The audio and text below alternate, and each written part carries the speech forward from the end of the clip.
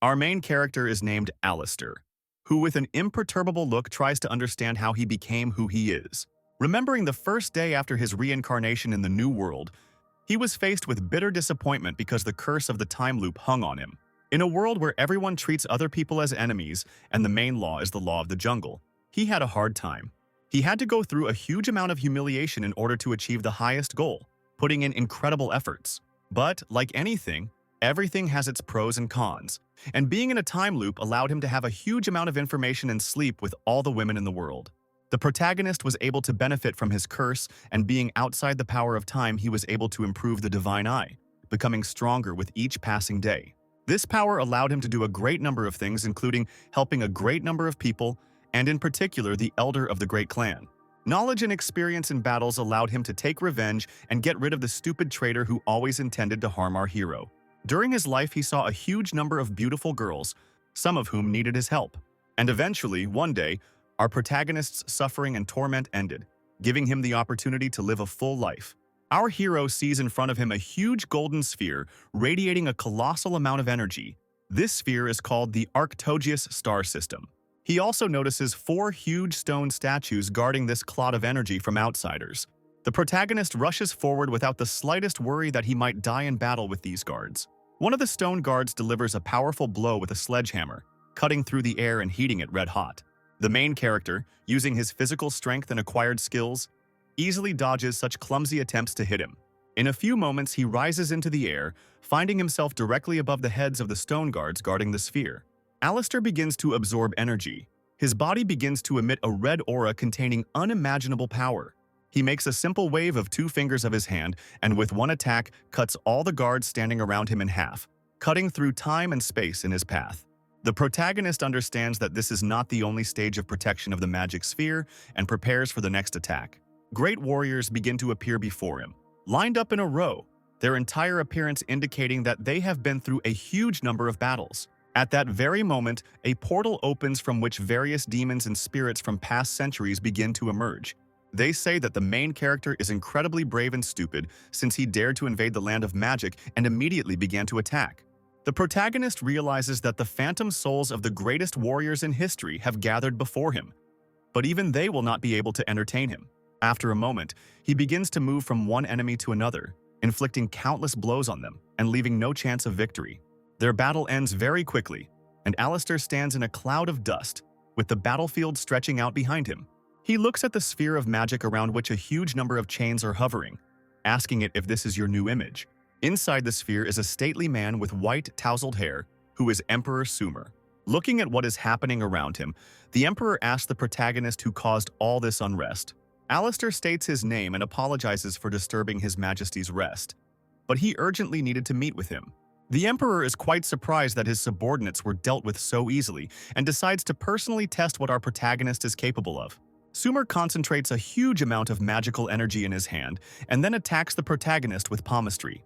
The main character doesn't even think about running away from the Emperor's attack, saying that he has incredible power and he is very impressed by this.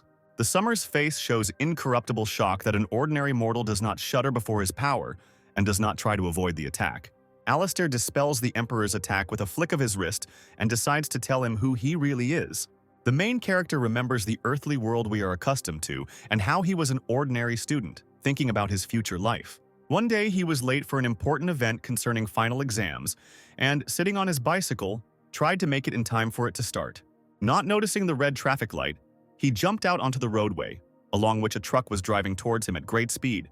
These memories associated with the accident were the last in his life, and observing the endless darkness before his eyes, he could not imagine that he would be reborn in another world.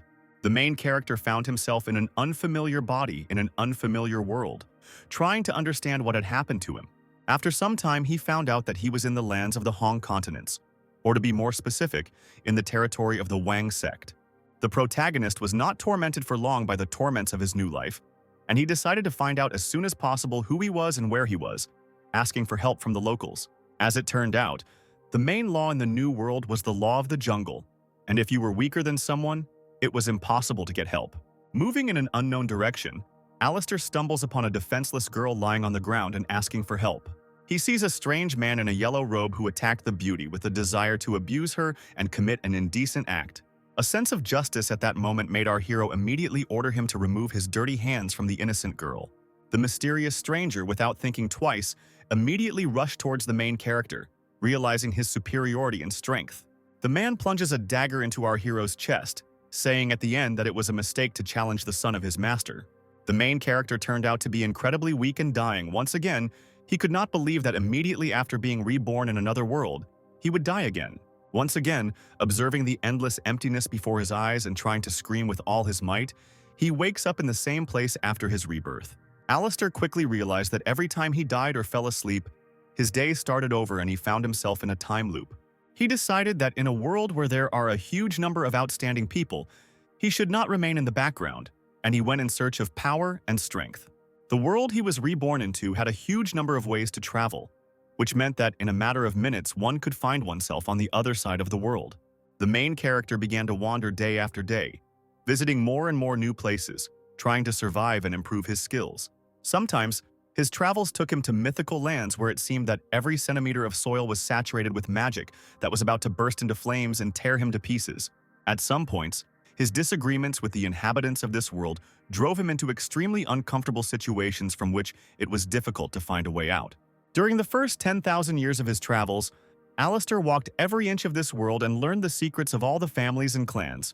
The main character was reborn in this world at the very moment when the era of the Emperor's reign ended, and the family feuds of the ruling clans became increasingly worse.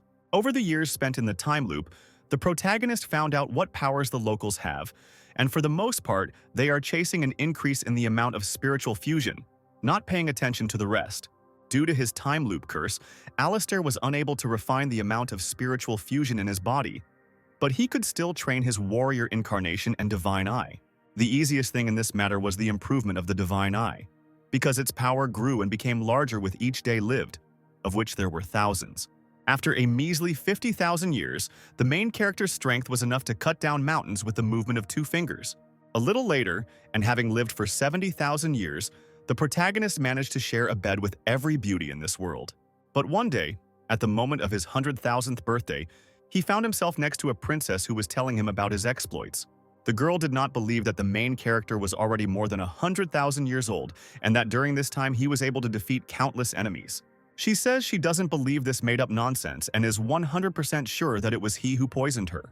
Alistair extends his hand to her, assuring her that he is not with those who poisoned her, and asks her to follow him.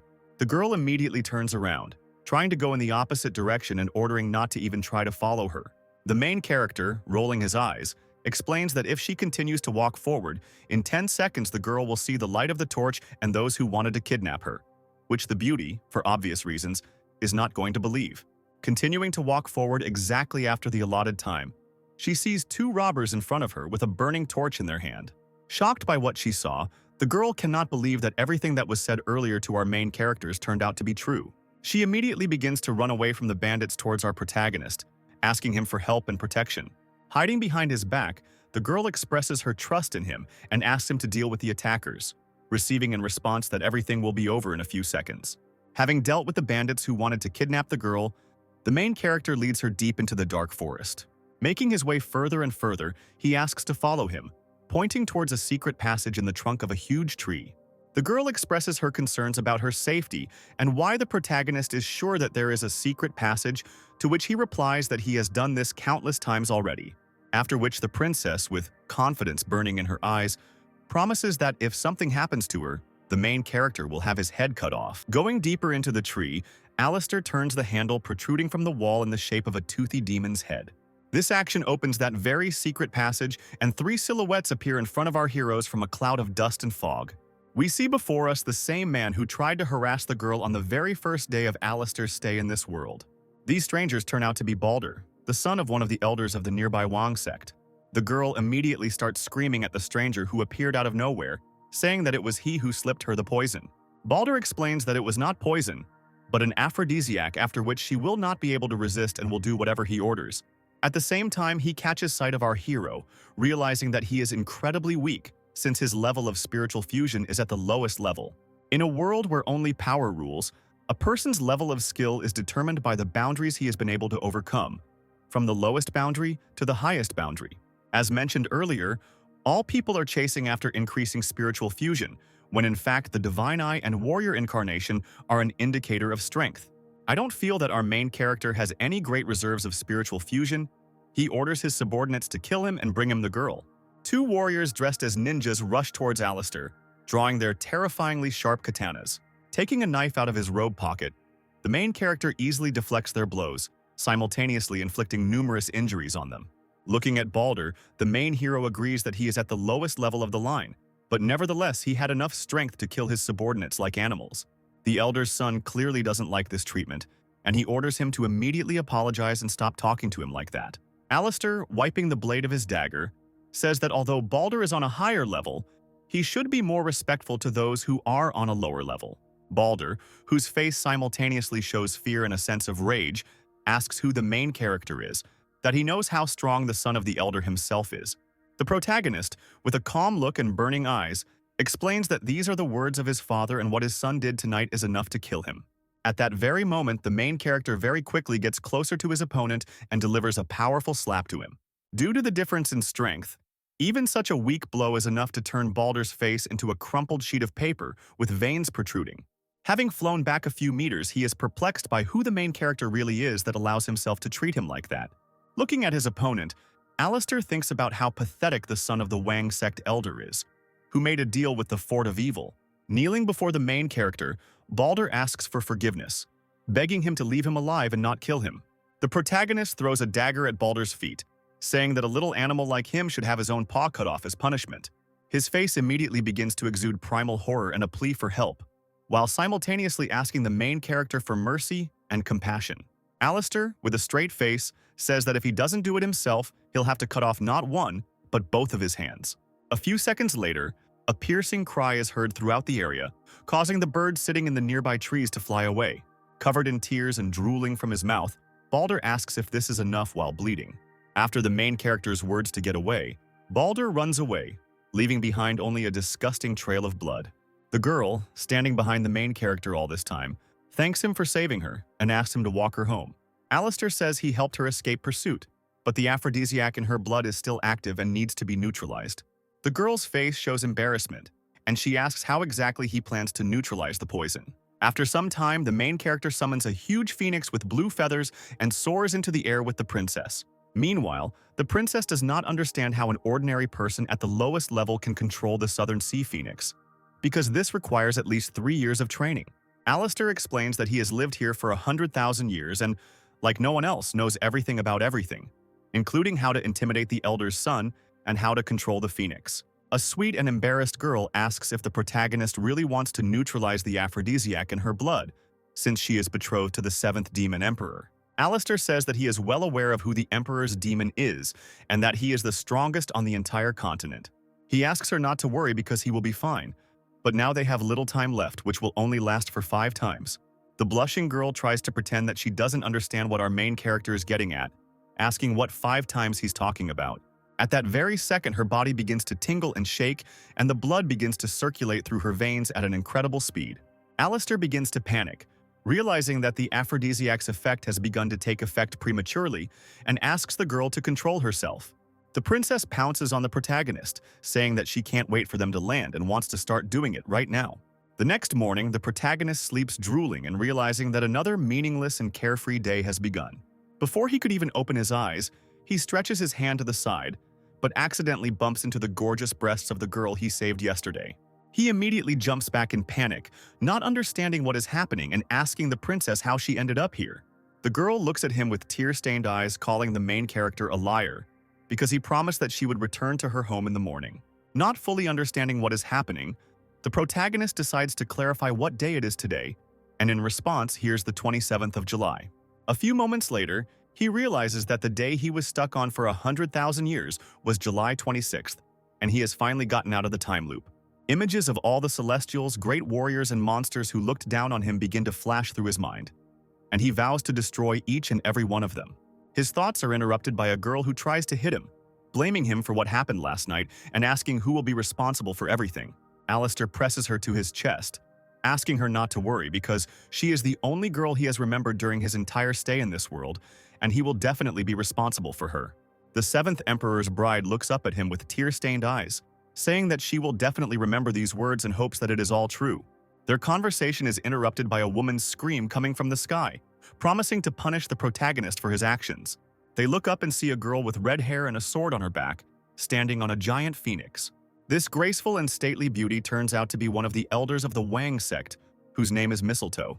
Looking at her, Alistair becomes disappointed in his liberation from the curses of the time loop, because as soon as one problem disappears, another one immediately appears.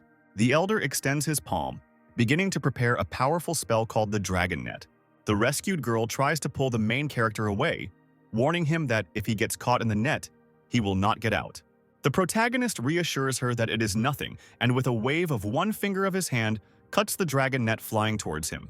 At this time, Mistletoe is in shock, not understanding how an ordinary person from the lower realm was able to deal with one of the most powerful binding spells. She jumps from her air transport, saying that she will definitely free the captive from the dirty hands of the kidnapper. Not giving the elder a chance to attack, the main hero asks her if she is interested in information about where her father is. Mistletoe begins to get angry after hearing this, trying to understand who is standing in front of her and what he knows about her father.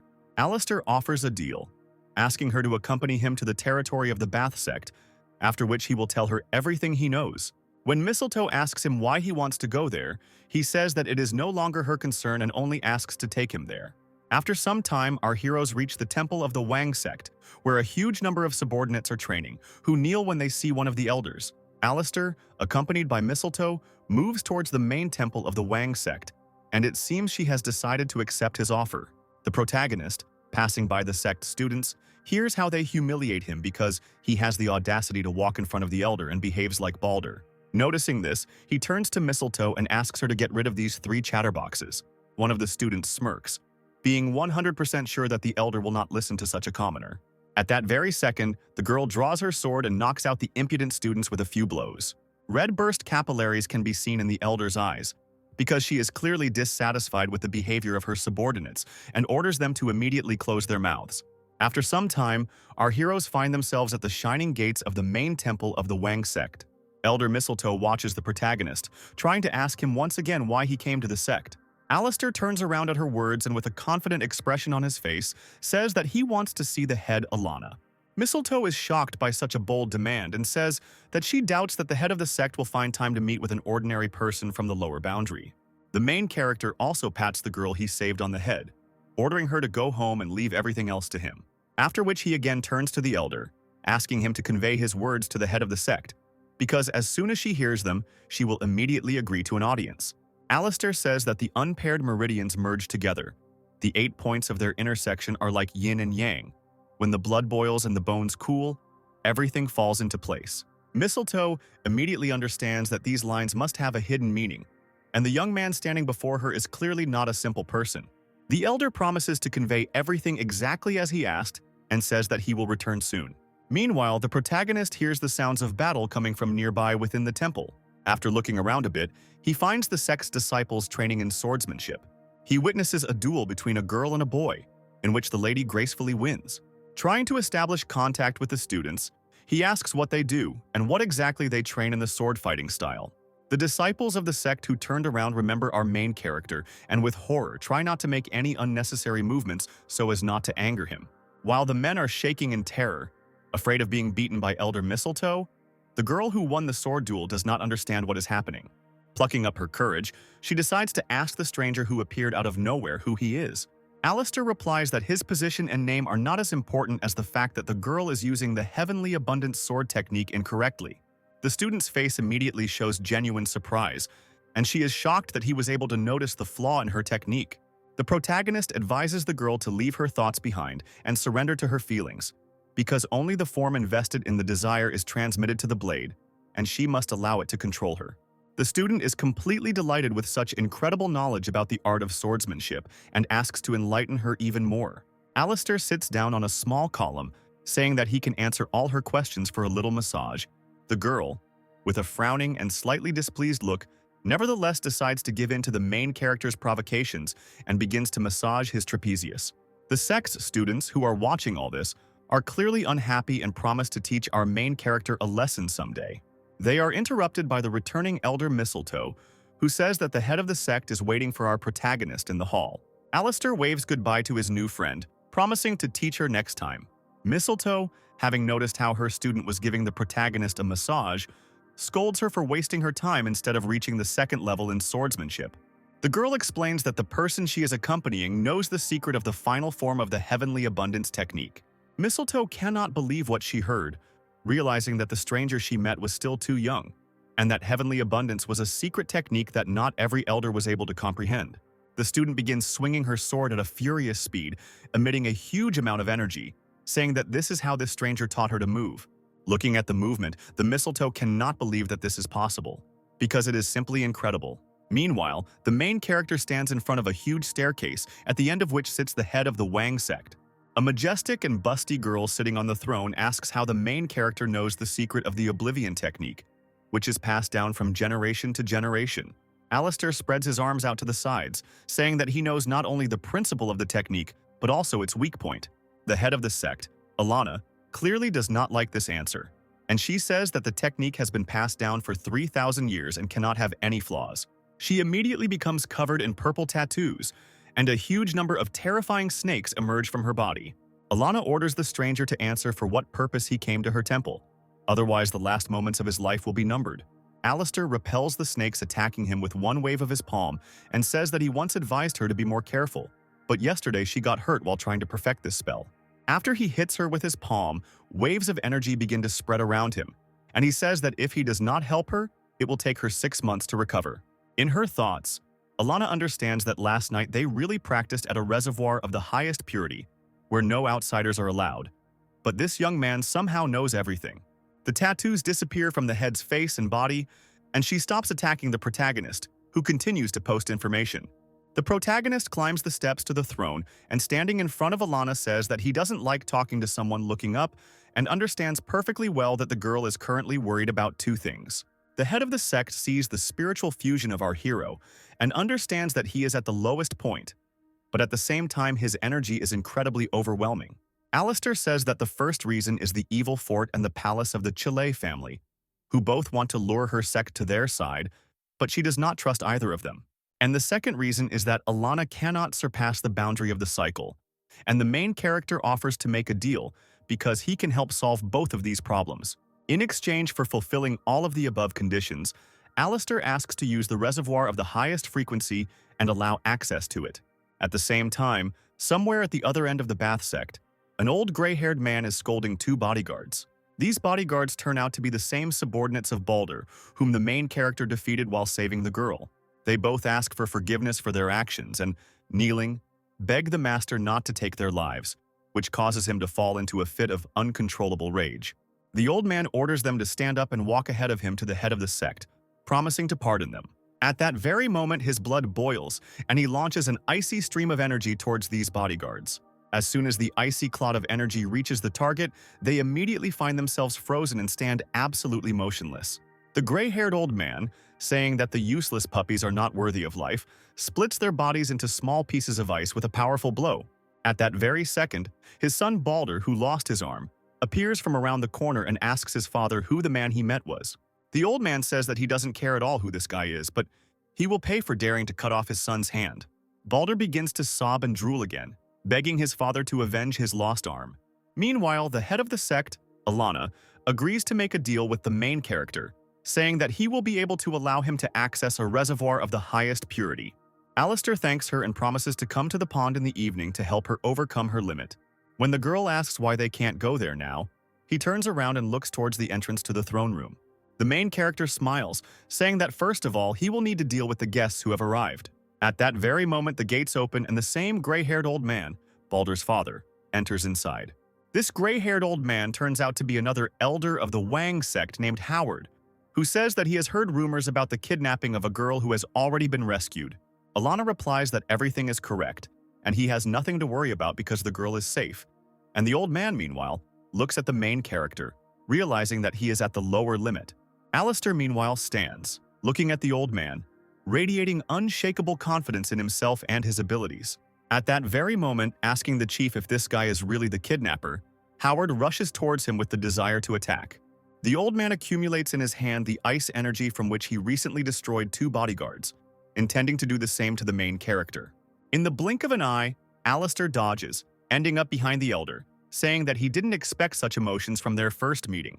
Howard can't believe his eyes as he tries to figure out how this guy managed to get behind him. Meanwhile, the head of the sect, with an unwavering and confident look, asks the reason for Howard's visit to her chambers. The old man asks for forgiveness, explaining his behavior by saying that it is his duty as the person responsible for security in the entire sect, and asks to take the main character away for interrogation. Alana explains that there is no need for this because if it were not for Alistair, who knows what could have happened to that kidnapped girl. The head of the sect also orders that this young man be given the status of its viceroy and the same rights, and everyone on the territory of the sect is obliged to treat him with respect. Howard congratulates the protagonist on having managed to gain such influence in his head at such a young age, not understanding where this bastard came from. Finally, Alan's boss asks him not to irritate Howard, while simultaneously informing him that Mistletoe will show him his quarters for the next couple of days. Alistair promises to be more restrained in the future and thanks the head for his concern. After some time, he finds himself in a luxurious 2-story estate, which will serve as his temporary home. He looks around the rooms, accompanied by that same swordswoman apprentice, writing out compliments on the interior here. The girl kneels and says, since the Lord Governor is not busy with anything, she would like to receive some advice regarding the skill of ball control. The main character explains that he won't be able to do it today because there is one unfinished business that needs to be settled first. Meanwhile, in a secret and dark dungeon, Balder accuses the protagonist of sharing a bed with the head of the sect, and that is why he deserved such treatment. He is angry and wants revenge on our protagonist, telling his father that he can't just let this go. Elder Howard, as if not listening to his son, wonders how a man with the lowest level of strength was able to dodge his blow. Balder interrupts his father's thoughts by saying that yesterday he gave the girl a love potion, and the protagonist probably noticed this and took advantage of her condition. After which he puts forward the theory that the head most likely granted him such a status in order to keep everything a secret.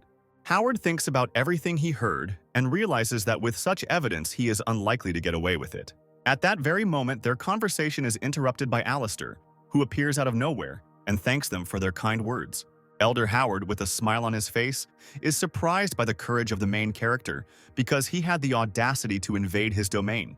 The protagonist puts the old man in his place, saying that in the 30 years he spent in the Wang sect, he achieved practically nothing and, on top of everything else, encourages the actions of his son.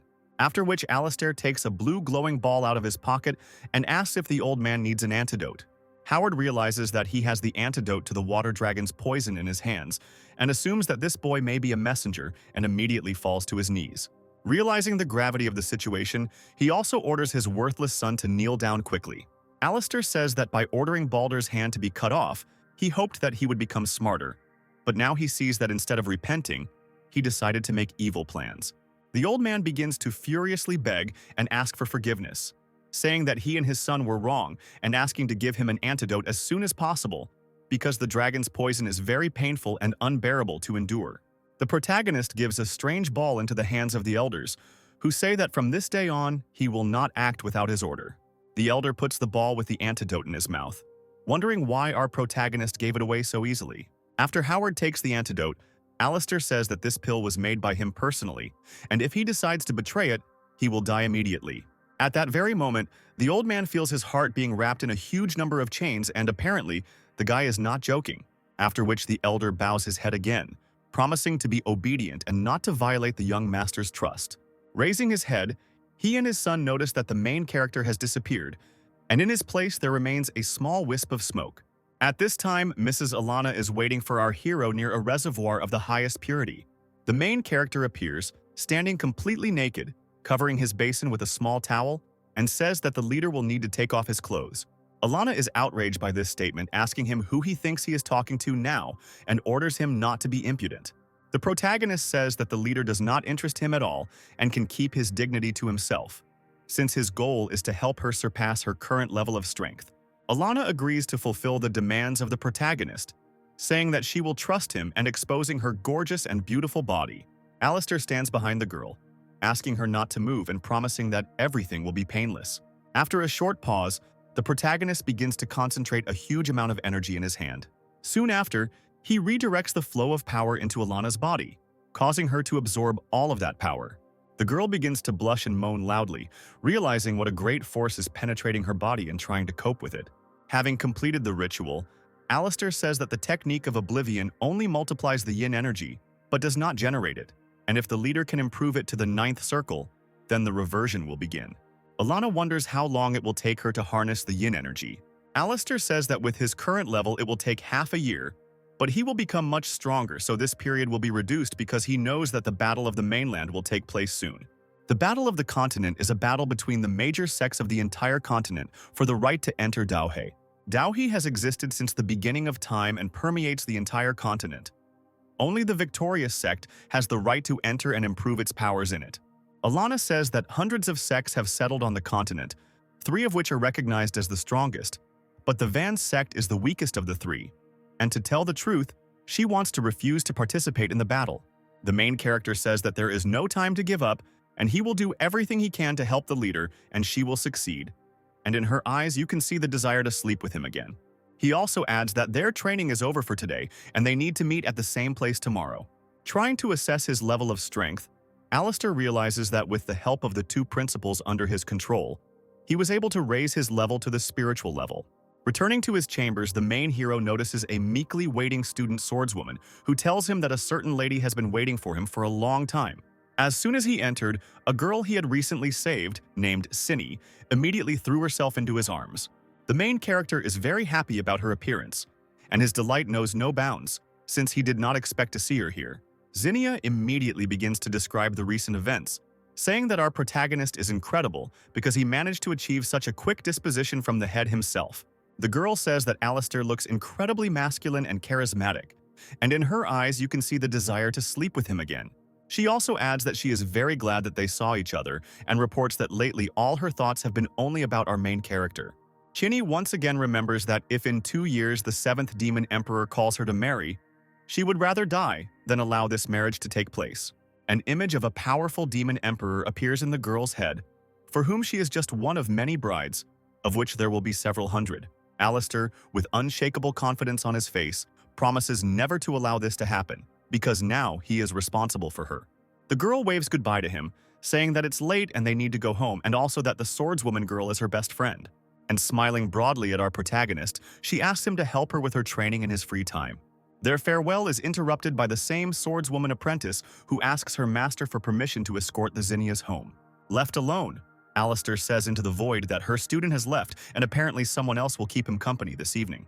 As it turns out, he is addressing the elder Mistletoe, who has been hiding around the corner of the building all this time. The girl realizes that her location has been revealed and decides to show herself in full growth, reminding the main character to watch his words. Seeing the elder from afar, Alistair mutters under his breath that it is simply impossible to forget something like this. As it turns out, all this time his eyes were glued to the elder's large and incredibly lush chest. Realizing what was happening, the girl immediately covered her body with her hands, asking where exactly our protagonist was staring. Entering his chambers, Alistair emphasizes that the mistletoe itself offered the head to settle him in her estate for the sake of information about her father. The elder says that this was done in order to find out and try to convince him to tell all the information he knows. Alistair sits on the bed asking to keep him company, promising that at the right time he will tell everything. The girl begins to blush and feels slightly embarrassed, asking what exactly the main character is thinking about. Having plucked up her courage and still managed to sit next to him on the bed, the girl asks what she should do now. The viceroy leans back completely, lying down on the bed, saying that he is not going to do anything with her. After which, in a matter of seconds, he falls asleep, leaving the elder completely alone to digest what happened. Mistletoe spends some time trying to understand the exact purpose for which he called her to him, after which she also falls asleep. The next morning, the girl sleeps peacefully, drooling into the pillow she's clutching tightly with both hands. Opening her eyes, she sees Alistair standing in front of the window, already making plans for the whole day. Turning to Mistletoe, the main character asks her opinion about the upcoming Battle of the Continent in which they will have to participate. The girl says that with the current level of the Wang sect, if he participates, he can't count on winning. The main character praises the girl for cutting off the situation, but is sure that they will be able to defeat the other participants, and for this, he needs assistance. Alistair says that she will be the first on his list. He will teach her swordsmanship skills for a month, and they will also adjust the heavenly abundance. He also says that he is just about to visit the second person on the list, while simultaneously asking if Mistletoe knows Casper. The girl reports that he is the seventh elder, and at the same time, a very withdrawn person who always acts alone and lives on a mountain where he constantly trains. Alistair says to go to the seventh elder, asking Mistletoe to stay in the sect and save one person, and this will happen exactly at noon. The girl, slightly dissatisfied with being ordered around like a small child, nevertheless agrees with the instructions. After some time, the main character, accompanied by a swordswoman apprentice, moves towards the mountain where the elder is training.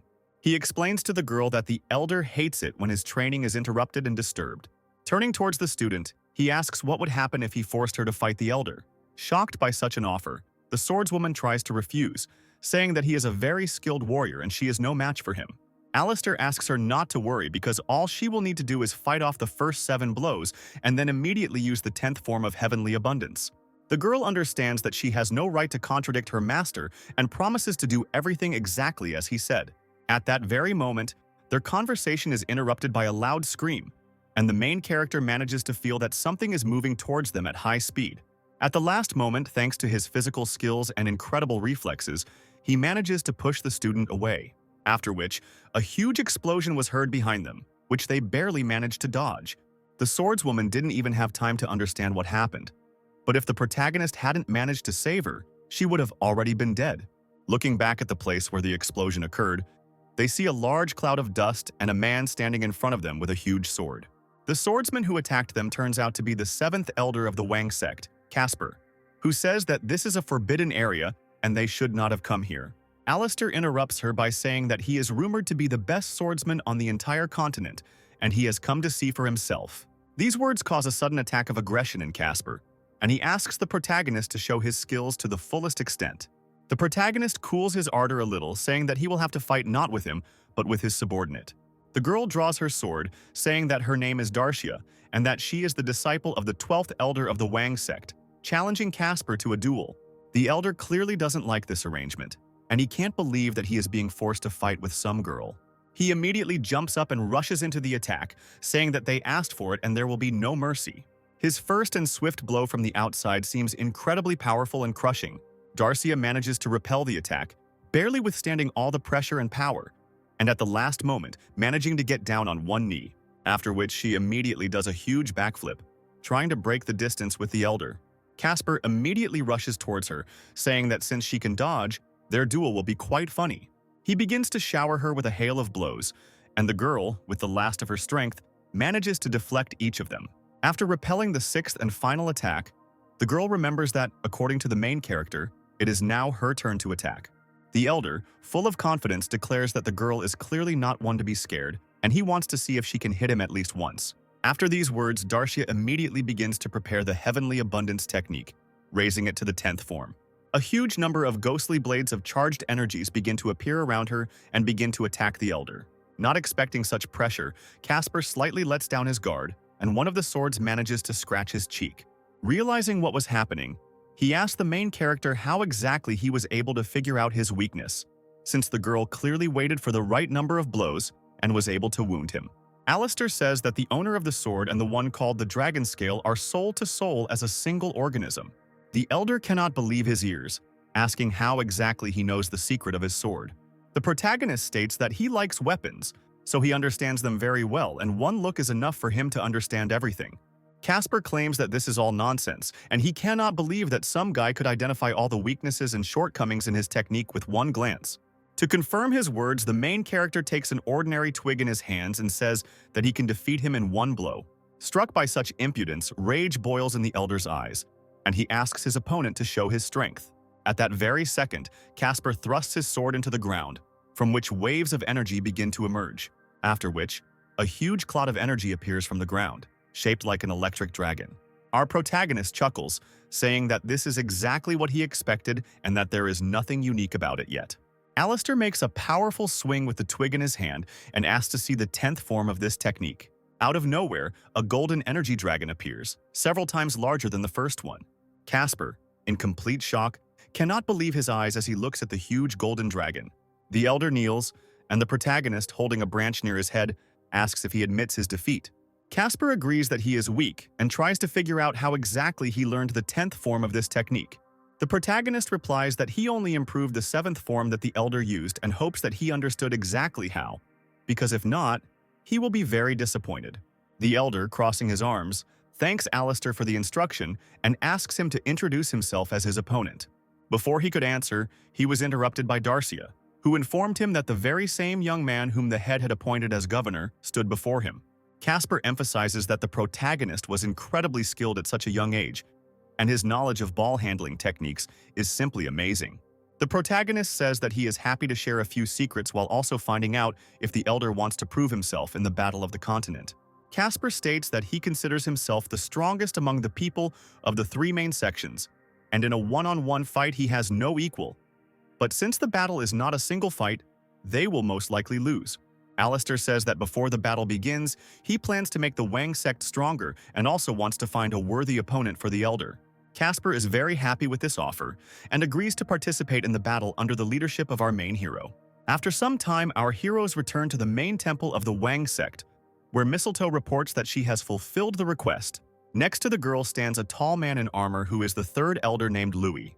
The man falls to his knees and begins to thank the protagonist for ordering him to be saved from a painful death.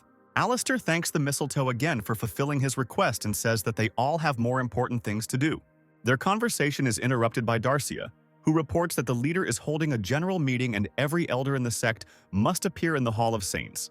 As they walk into the hall, Mistletoe tells Louis that there was a skirmish between the governor and Elder Howard yesterday and asks him to support the young man. Finding herself at the meeting, the leader reports that she received a letter from the Scarlet Sky Palace and that tomorrow morning the master of their sect will personally come to visit. The protagonist puts forward the theory that all this was done in order to test the strength of the Wang sect. The first elder, named Cameron, wearing a strange, incomprehensible mask, disagrees with this statement, saying that with the current strength of the Scarlet Sky, there is no point in it. The second elder, Mason, agrees with him. They say that the viceroy thinks too superficially. At this point, Howard interrupts their discussion by slamming his palm down on the table and saying that, in his opinion, there is a grain of truth in Alistair's words. The first and second elders thought that it was very strange that their most honorable colleague suddenly took the side of the young man. Howard's behavior seems strange to the head of the story, Alana, who begins to suspect the main character of illegal actions. Nevertheless, she agrees with the governor, but still wonders if a master from another sect does come, what they should do. The protagonist suggests killing a couple of people from their sect to show who's boss. He is immediately interrupted by the 5th elder, Michael, who says that they cannot act in this way because they are much stronger and with such actions they can ruin their existence. The 4th elder of the Wang sect, Melvin, agrees with him and says that he is also against such decisions. Howard again decides to support the governor's proposal, saying that it is excellent and that they must strike first. Thinking over everything Alistair said, Elder Casper, after waiting a sufficient amount of time, says that he also approves of such actions. This answer causes a sharp surprise among all the elders, because before, Casper practically did not speak and sat silently at all the councils. The decision to stay away Mistletoe and Louis also decide to approve our protagonist's proposal.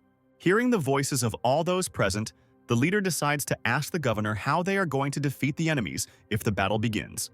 The protagonist asks the leader not to worry and promises that tomorrow they will be able to surpass them, offering to end the meeting for today because he is a little tired.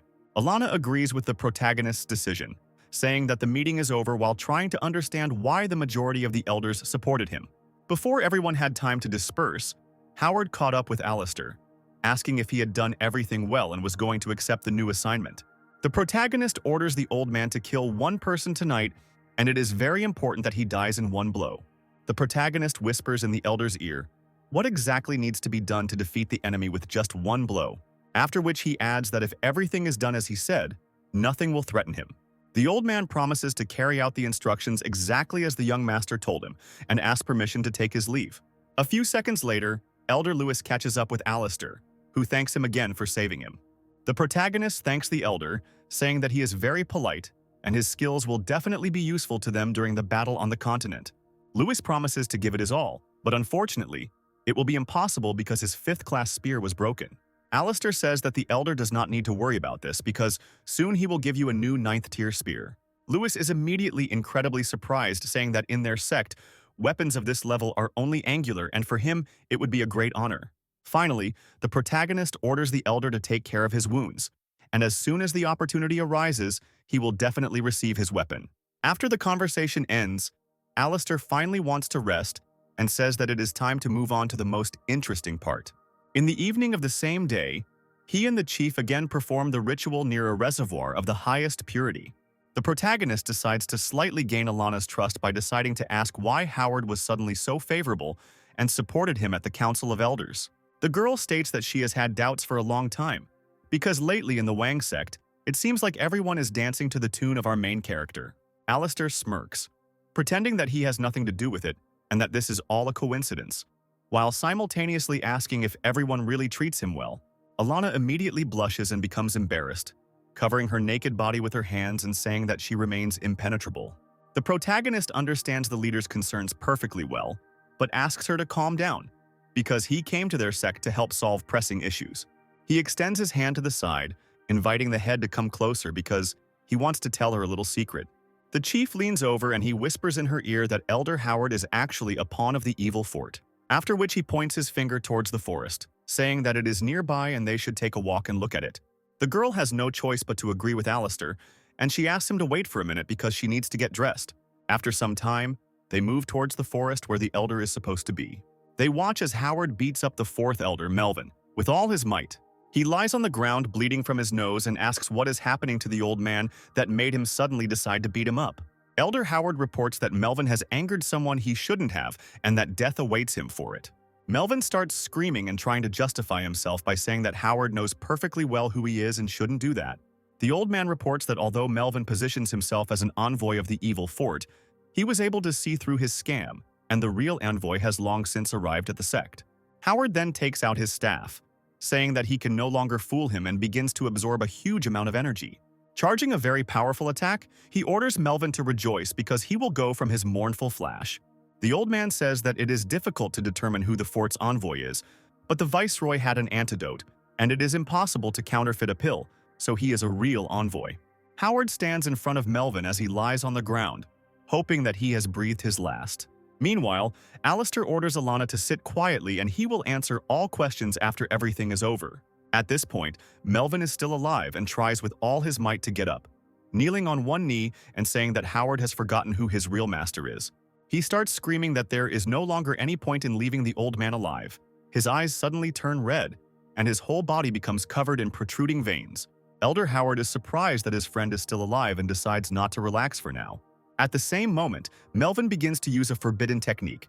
His body transforms, turning into an incomprehensible and strange monster. Old Man Howard says that the messenger foresaw that he would transform into the ninth form, and he was prepared for it. He begins to absorb energy again, launching a mournful flash in the form of a huge number of blue skulls towards Melvin. The enraged monster begins to scream, and his eyes exude an incredible thirst for death and rage. Using his fists, he begins to fight off the projectiles flying at him with his bare hands. The leader, watching everything that is happening from the sidelines, assumes that at this rate, Elder Howard will end up the loser. Alistair decides to help the old man and grabs a stone lying nearby and throws it towards the monster with incredible force. A flying rock hits Melvin in the stomach, causing him a serious amount of damage. The old man, sensing that his opponent has weakened noticeably, decides that this is his chance to finish him off with one blow. Howard once again uses his morning flash technique and launches a swarm of blue skulls at Melvin. After receiving the injuries, the monster can no longer resist and falls to the ground. And the old man is glad that everything went exactly as the messenger predicted. Howard also realizes that their battle has created a lot of noise, and he needs to escape the crime scene as quickly as possible. Meanwhile, the leader, sitting in the shelter, wants to get out quickly, but the main character stops her, saying that this is not the end. They notice how Melvin, lying on the ground in the form of a monster, begins to show signs of life. He only pretended to be dead because he understood that the situation had seriously changed, and he needed to urgently return and report this to the Lord of Evil. Alistair, accompanied by the leader, immediately stands in his way, ironically saying that they ended up here by pure chance. Melvin realizes that things are not going well for him and begins to panic and think about what to do. The protagonist kindly says that he will leave the leader to deal with the monster, and in the meantime he will find Old Man Howard. Alana says that they should refrain from asking unnecessary questions and begins to summon a spiritual blade. Melvin, realizing that he is now too weak to resist the leader, decides that he needs to try to escape as quickly as possible. Alana is not going to let the traitor go so easily and decides to prove that she is not just the head of the sect. An excellent tool with her spiritual weapon. In a few moments, the monster's body, torn to pieces and battered, falls to the bloody ground. The leader leaves behind Melvin's mutilated body, showing with all his terrifying appearance that he does not hold his title for nothing. After which the girl says that she should not be underestimated, because she would never have allowed a traitor to escape right from under her nose. At that very moment, Alana feels a strange and ominous energy behind her, realizing that nothing good will come of it. Meanwhile, Melvin, who has been chopped into small pieces, turns out to be alive and says that the head looks very appetizing and attractive. At this time, Elder Howard is trying to return to the sect as soon as possible so that he will not be suspected of anything. Alistair quickly catches up with him and orders him not to hurry, because the old man has one more task. They both stop at high speed and Howard tries to figure out what exactly the young gentleman wanted. The protagonist explains that Melvin only pretended to be dead, and if he had not been here, this mistake would have cost him dearly. He then orders Howard to go to the land sect and retrieve the Phoenix Song Spear from them. After giving a new order to his subordinate after some time, he returns to the very place where he left Alana to fight. He notices a girl lying unconscious on the ground, realizing that her consciousness was absorbed into the mental space of that monster. At this time, somewhere in a parallel dimension filled with rivers of blood, the head of the sect is in limbo. In front of her is a transformed Melvin who looks even less like an ordinary person. Alana immediately assumes that he is one of the four lords of the fort, to which the monster replies that his master has long since eaten everyone. The monster says that he hid all assets for a very long time, and every time he saw the head in front of him, he was filled with excitement and passion. He asks the girl to keep him company and then tries to touch her breast with his hand. Before he could carry out his plan, his hand was torn off, causing an unbearable scream to be heard throughout the area. Melvin looks at the severed arm, noticing strange purple symbols on it, and realizes that these are runes from the Dainichi technique.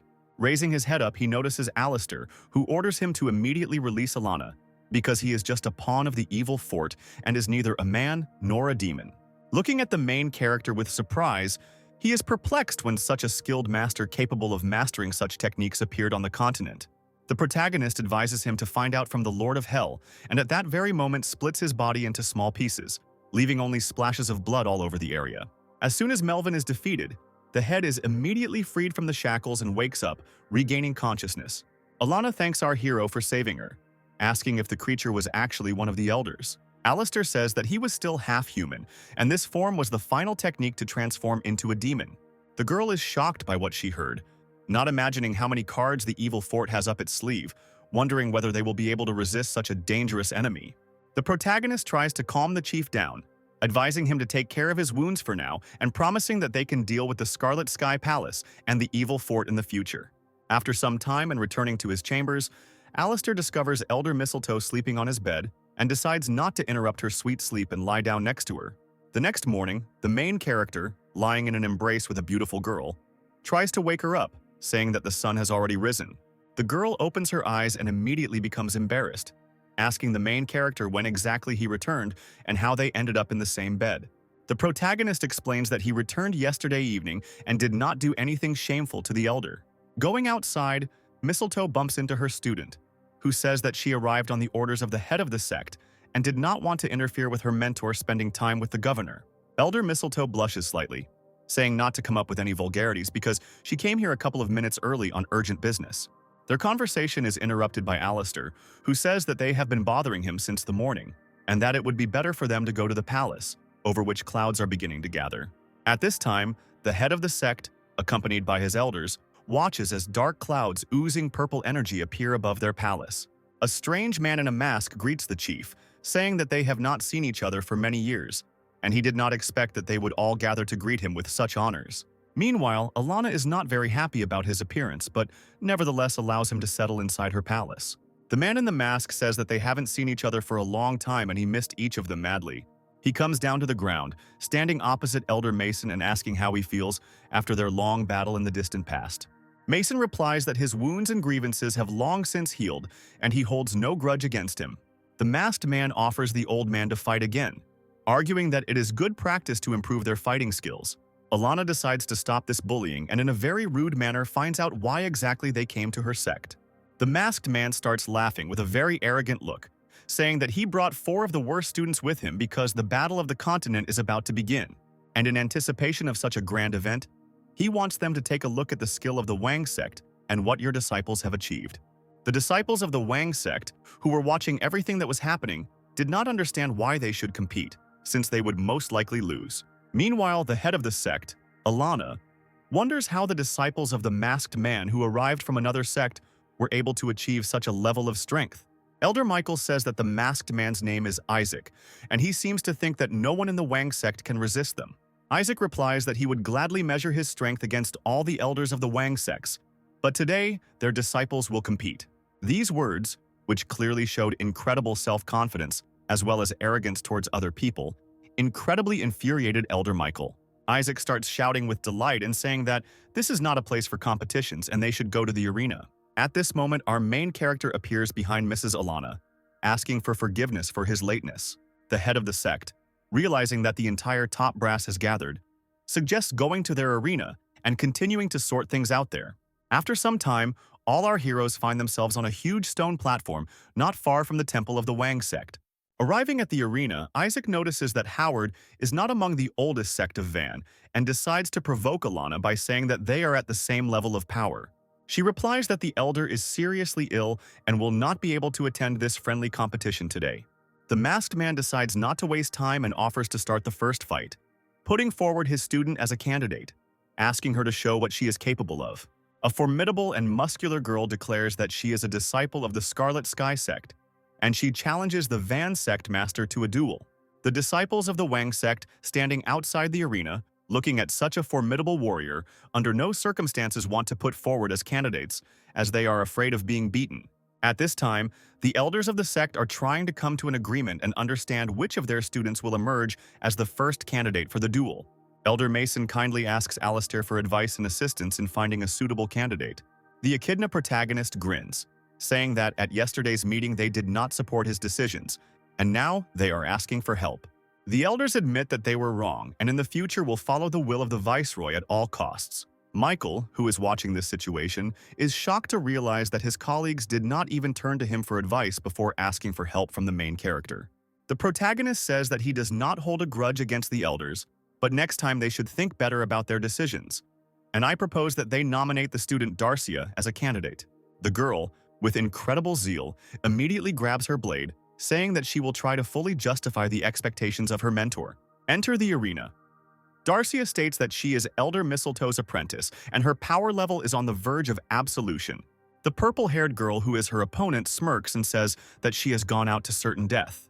The disciples of the Wang sect, watching from the sidelines, try to dissuade their friend, saying that she will not cope with a stronger opponent. They also start to get angry and blame our protagonist for everything that happens, suspecting that he deliberately sent their friend to certain death. Mistletoe is also concerned about the situation her student finds herself in and asks Alistair if she really has the strength to do so, to which he asks her not to doubt. Energy begins to emanate from the Scarlet Sky sect disciple, and she says that the swordswoman has one last chance to surrender. Having received a refusal and unwillingness to lose, the formidable warrior begins to absorb a huge amount of energy, preparing a powerful attack. Punching the air with her fist, she releases a powerful bolt of energy in the shape of a hand, flying towards Darcy. At the last moment, the girl manages to avoid imminent death and find herself behind her opponent. Using his skills and reaction speed, Darcia prepares the Heavenly Abundance technique and brings it to its 9th form. The warrior easily manages to deflect the blow using the airbell technique, which completely protects herself from the attacks flying at her. You understand that this is not enough. Darcia says that this is far from all that she is capable of and begins to prepare the 10th form of the Heavenly Abundance technique. The girl begins to move around the airbell at incredible speed, creating a whirlwind. Isaac, who was watching the fight, smirked, saying that the swordswoman didn't have enough strength to break through their sect's airbell. Meanwhile, Alistair asks the head of the Alana to keep a closer eye on the girl because this is not the end of the duel. Having timed the moment right, Darcy still manages to break through the airbell's defense and get to her opponent. At that very second, a huge explosion occurs and a huge stream of air flies across the entire arena. With this attack, Darcy manages to injure her opponent, and the girl with purple hair decides to ask how exactly she managed to do this. The disciples of the Bath sect watching the fight are in complete shock as they did not expect their little sister to have such skills. Mistress Alana understands that the girl has used up all her strength and says that the outcome of the battle is determined and the duel can be considered complete. Darcia immediately goes down, bows to our main character and says that she did everything exactly as the governor told her, after which Alistair turns towards the mistletoe and asks it to bring him some water as his throat is dry. Noticing this, all the elders of the sect are shocked, not understanding why Mistletoe is so courting the governor, suspecting that there is something between them. At this point, Michael decides to joke, saying it's a pity he's a man because he would like to be in Mistletoe's place and also be closer to the governor. Meanwhile, the purple-haired girl says that the swordswoman managed to see the gap in her defense and does not understand how she did it. Isaac explains that it was not the swordswoman who managed to identify the location, but the young man who stands next to the head of the sect and does not understand how he managed to do it. The next one to enter the fight is the second disciple of the Scarlet Sky sect, with green hair and huge tattoos all over his body. Upon seeing the next opponent, the Wang sect disciples are again thrown into horror, realizing that he is stronger than the previous girl. The head of the sect, Alan, is also very concerned about who to put forward for the next fight and decides to consult with the main character. Alistair replies that he will go out for the next fight himself, and the leader tries to stop him, saying that their strength is on different levels. He tells Alana not to forget that in battle he relies not only on spiritual power, but also on other components of cultivation. At this time, the disciples of the Wang sect did not understand why the viceroy himself came out to fight, because, in their opinion, he was only their talisman. Meanwhile, the green-haired man begins to concentrate the energy, and it takes the form of a scarlet shining tiger. A worried Mistletoe says that this is a high-level technique that the viceroy cannot handle, while Casper claims that it is nothing more than a show. Having accumulated enough energy, the man rushes towards our main character, declaring that he has only a few seconds left to live. At the last moment, Alistair manages to dodge the attack, causing his opponent to show genuine surprise. Then comes a powerful blow using the power of the Divine Eye, which clearly everyone present did not expect to see. Everyone watching the battle, including the head of the Bath sect, are shocked to realize how strong our main character is. The green-haired man falls to the ground, giving the appearance that he was defeated with just one blow. In his head, he understands that he is not in the most advantageous situation and needs to retreat and come up with a new plan, after which he suddenly takes off into the air. Alistair tells him not to even think about escaping and then pierces him with a beam of blue energy. The man begins to cough up blood and then falls to his knees, realizing that he has received injuries incompatible with life. When he asks who our protagonist is, Alistair replies that he had already introduced himself to him earlier. He states that he is his executioner, and that is all he needs to know, after which he pierces his body several more times with beams of blue energy. Having emerged victorious in this battle, he stands with his back to his defeated opponent, who lies bleeding. An angry Isaac immediately starts screaming, calling the main character an impudent man who dared to kill his student. Alistair states that Isaac stated at the very beginning that it did not matter whether there would be casualties during the battles, so he did not break any rules. Elder Mason, who was watching everything that was happening from the side, states that the skills of the viceroy are terrifying, and he cannot even guess who his mentor was. Mistletoe says that his skills far exceed those of any of the elders, and that he most likely has no equal on the entire continent. Elder Lewis thought of the viceroy as a resourceful man, but he had no idea that he possessed such a frightening power. Mistress Alana is surprised by the new hypostases of our main character and orders him to descend from the arena. Before leaving, the main character picks up a ring from the floor that fell from the body of the enemy he defeated. Alistair also suggests continuing their fun, saying that their sect has 2 more students and they can go up to the arena. At this moment, the disciples of the Wang sect are again terrified because they do not know who will be the next one to fight on their side. Meanwhile, 2 of Isaac's students begin to beg their mentor to allow them to avenge their friend and let them out for the next duel.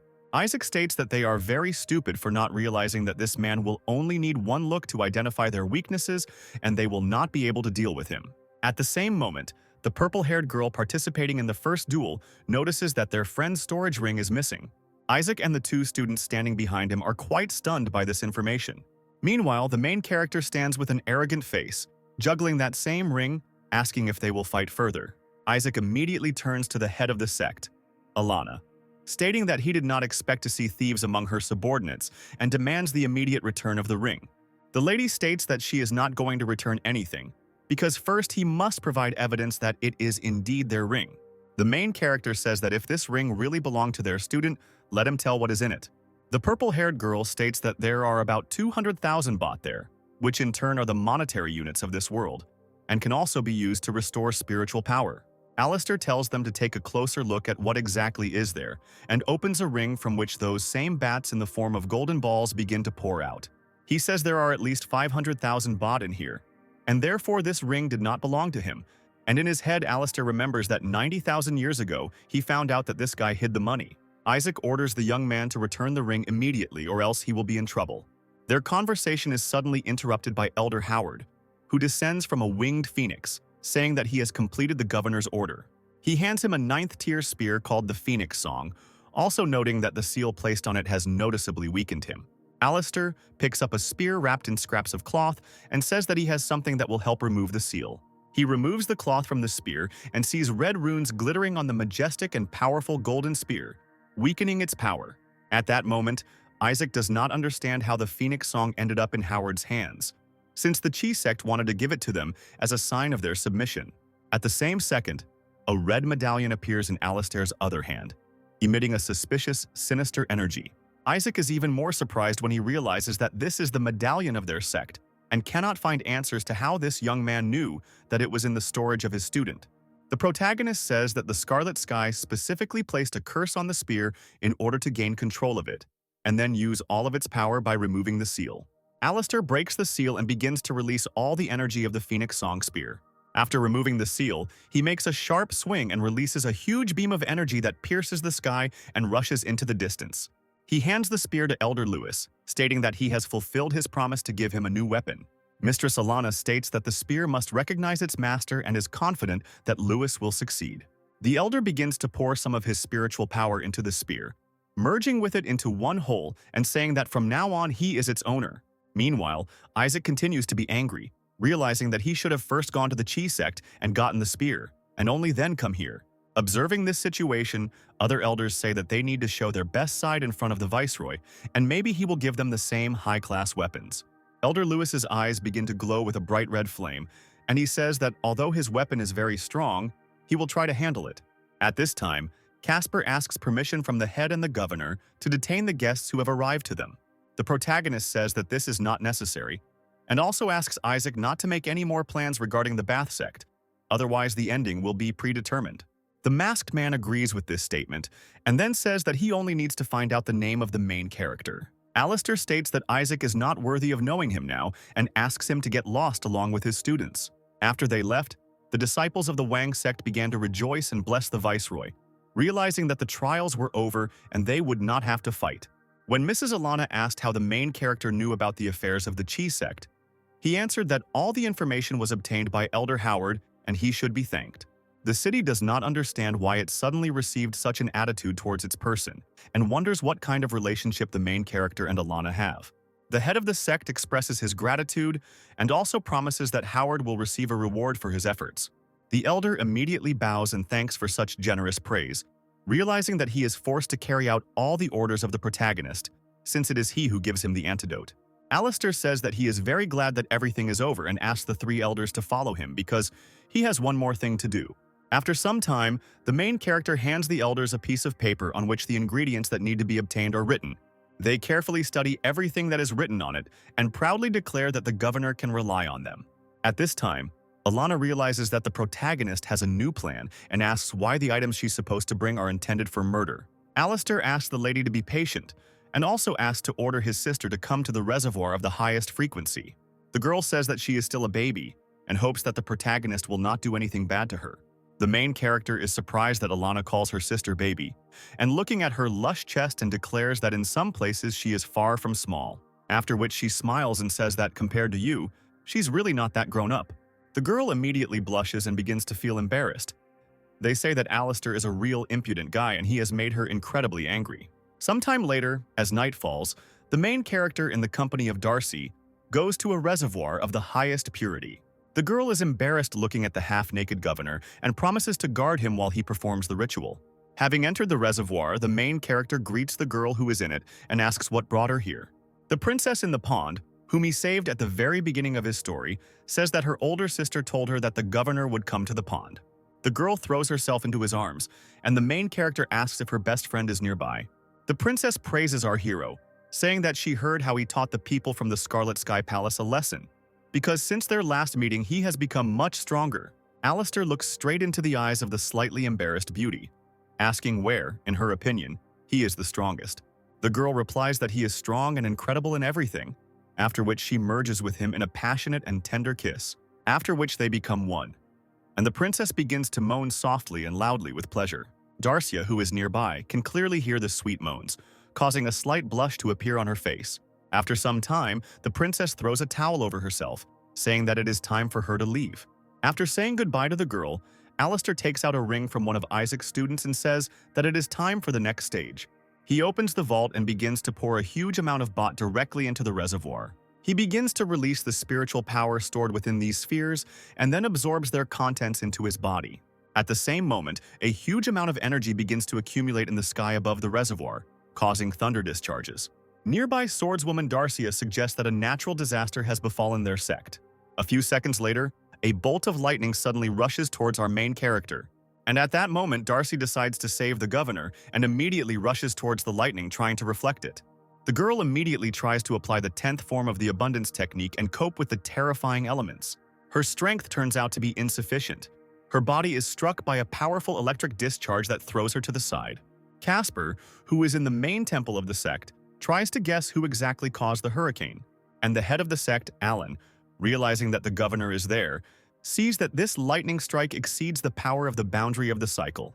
A moment before lightning strikes his body, Alistair raises his hand up and manages to subdue the element by taking it into his hands. Acting with incredible composure, he also manages to catch the girl falling from the sky.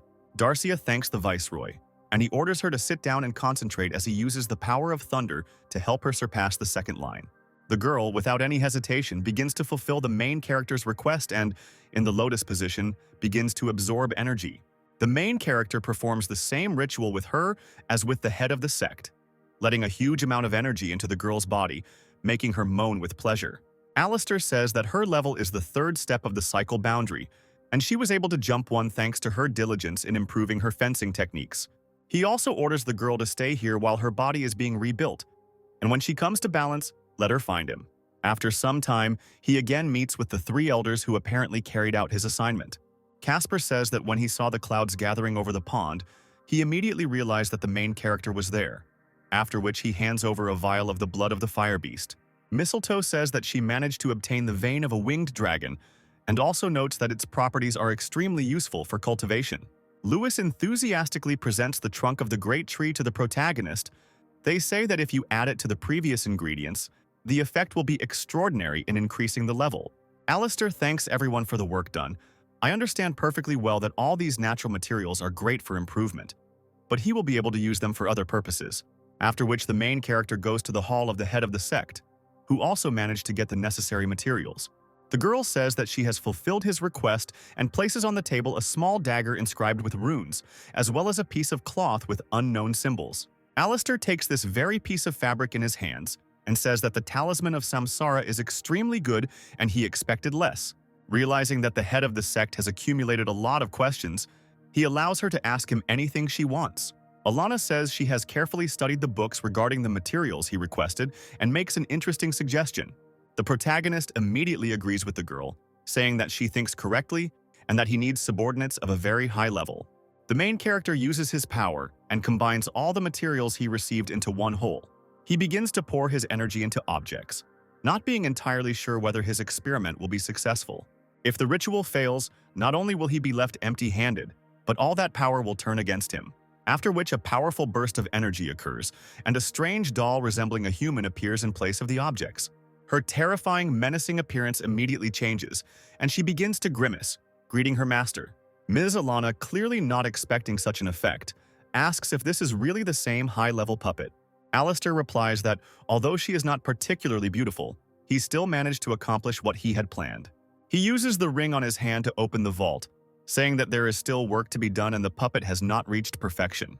He places the doll inside the ring, telling the sect leader not to pay attention to its appearance, since with its help, she will be able to improve in the future. The main character is about to leave, saying that he wants to find the elders one last time, and also adds that Lady Alana is no longer his rival, and she needs to overcome the free line as soon as possible. At this time, the elders are fighting in the forest, practicing their fighting skills and preparing for the Battle of the Continent. Their training is interrupted by Alistair, who asks for some time because he has an important statement to make. Mistletoe immediately jumps in, deciding that the governor again needs to carry out some kind of assignment or that he has managed to notice mistakes in their training. The protagonist says that he came here so that they could train together a little and asks Elder Lewis to demonstrate his spear skills. The man states that since the main character is his savior, he will not dare to raise his hand against him and start attacking. The protagonist states that he himself is asking for a full-fledged battle, and if he suddenly gets injured, then we will talk about this topic. Elder Lewis agrees with the protagonist's will and immediately makes a lunge at him. To the surprise of everyone present, Alistair manages to block the spear attack by squeezing the tip with 2 fingers. He makes fun of the elder, saying that he had a bad dinner today and that he should not be shy about giving it his all. The elder immediately unleashes all his might and the power of the Phoenix Spear and tries to attack our protagonist again. At the last moment, Alistair manages to dodge the attack and bring his index finger right to Lewis's face, after which he puts a small amount of power into his hand and throws the elder in the opposite direction. Holding the Phoenix Spear in his hands, he orders all the elders as well as the swordswoman Darcia to attack him at the same time. Lewis warns the protagonist that the spear only recognizes its owner, and if he uses it, its power may turn against him. The protagonist says that Louis should worry about getting his weapon back and immediately makes a powerful attack, simultaneously hitting everyone present.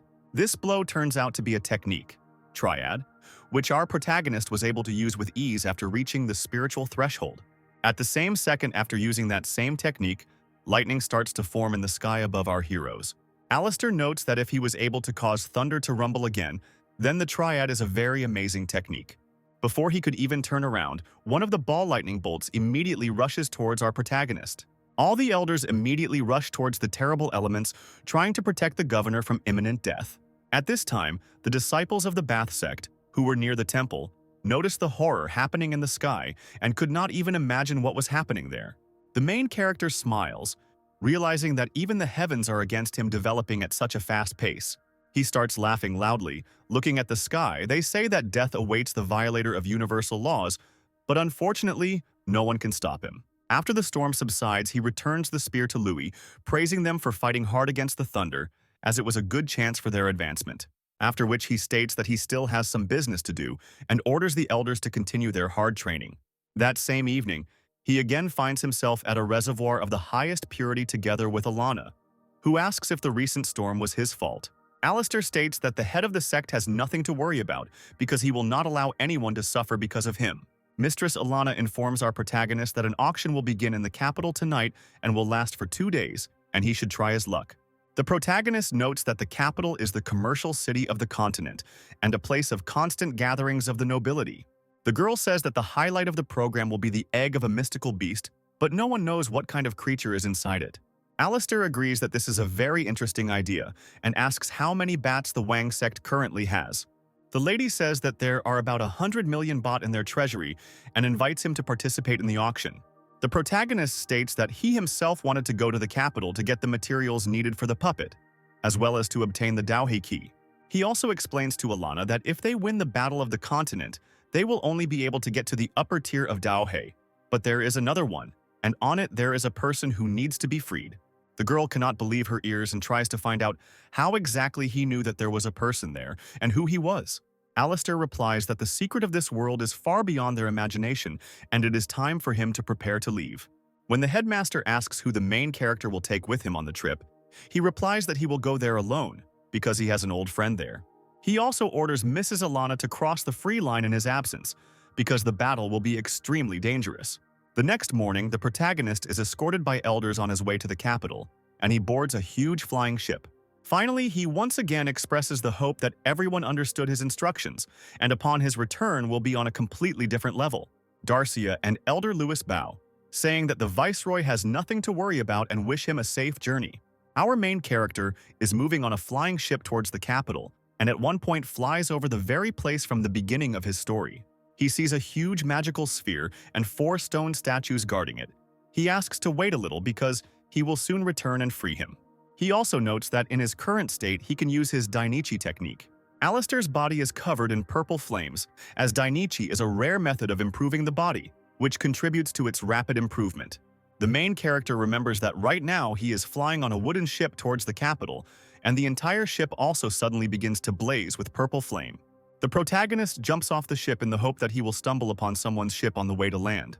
Flying several thousand meters, he notices a ship on the deck of which there are people discussing something. Landing on the deck of the ship, he gives his name, saying that his ship has crashed and asks to be taken to the capital. A girl standing nearby with blue hair and a revealing neckline declares that she is the owner of the ship, and the men standing behind the protagonist want to take her ship away. Alistair points his finger at them and says that he can easily deal with them, while simultaneously noticing that this is the girl himself, his old friend Brittany. She slightly doubts our protagonist's strength, stating that he just fell from the sky and is unlikely to be able to deal with the bandits.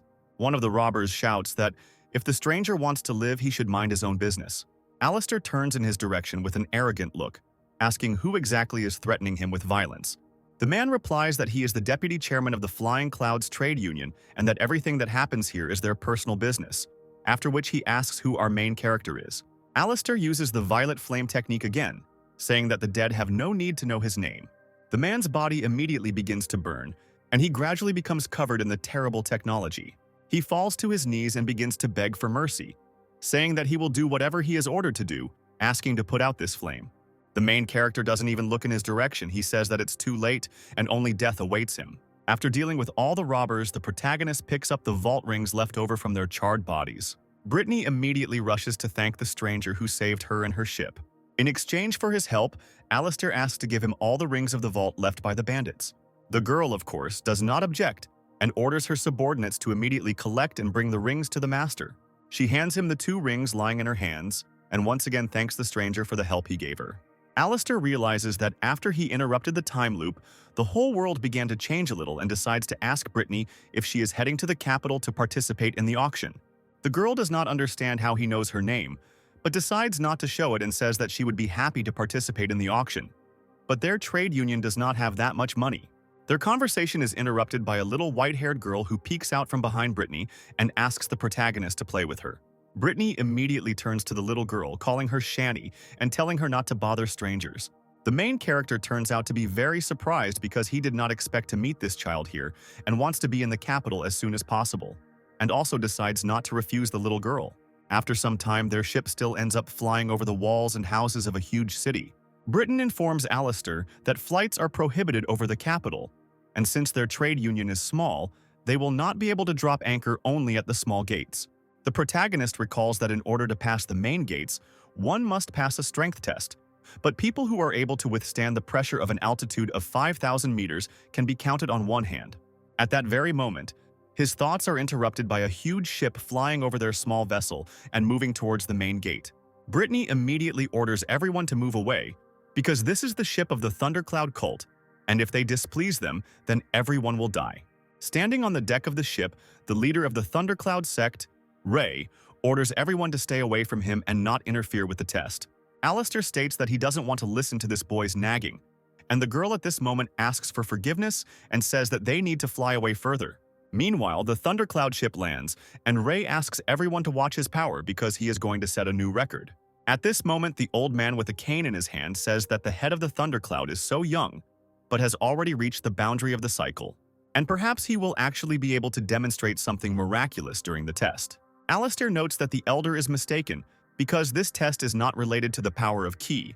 The head of the capital, whose name is Berton, was never close in level to this guy, but during the test he was able to withstand pressure of 9,000 meters. Brittany immediately asks the protagonist a question about measuring a person's strength and asks to what extent the strength of Ki reflects the quality of cultivation. The protagonist explains that the amount of energy accumulated in the body is only a part of a person's overall strength.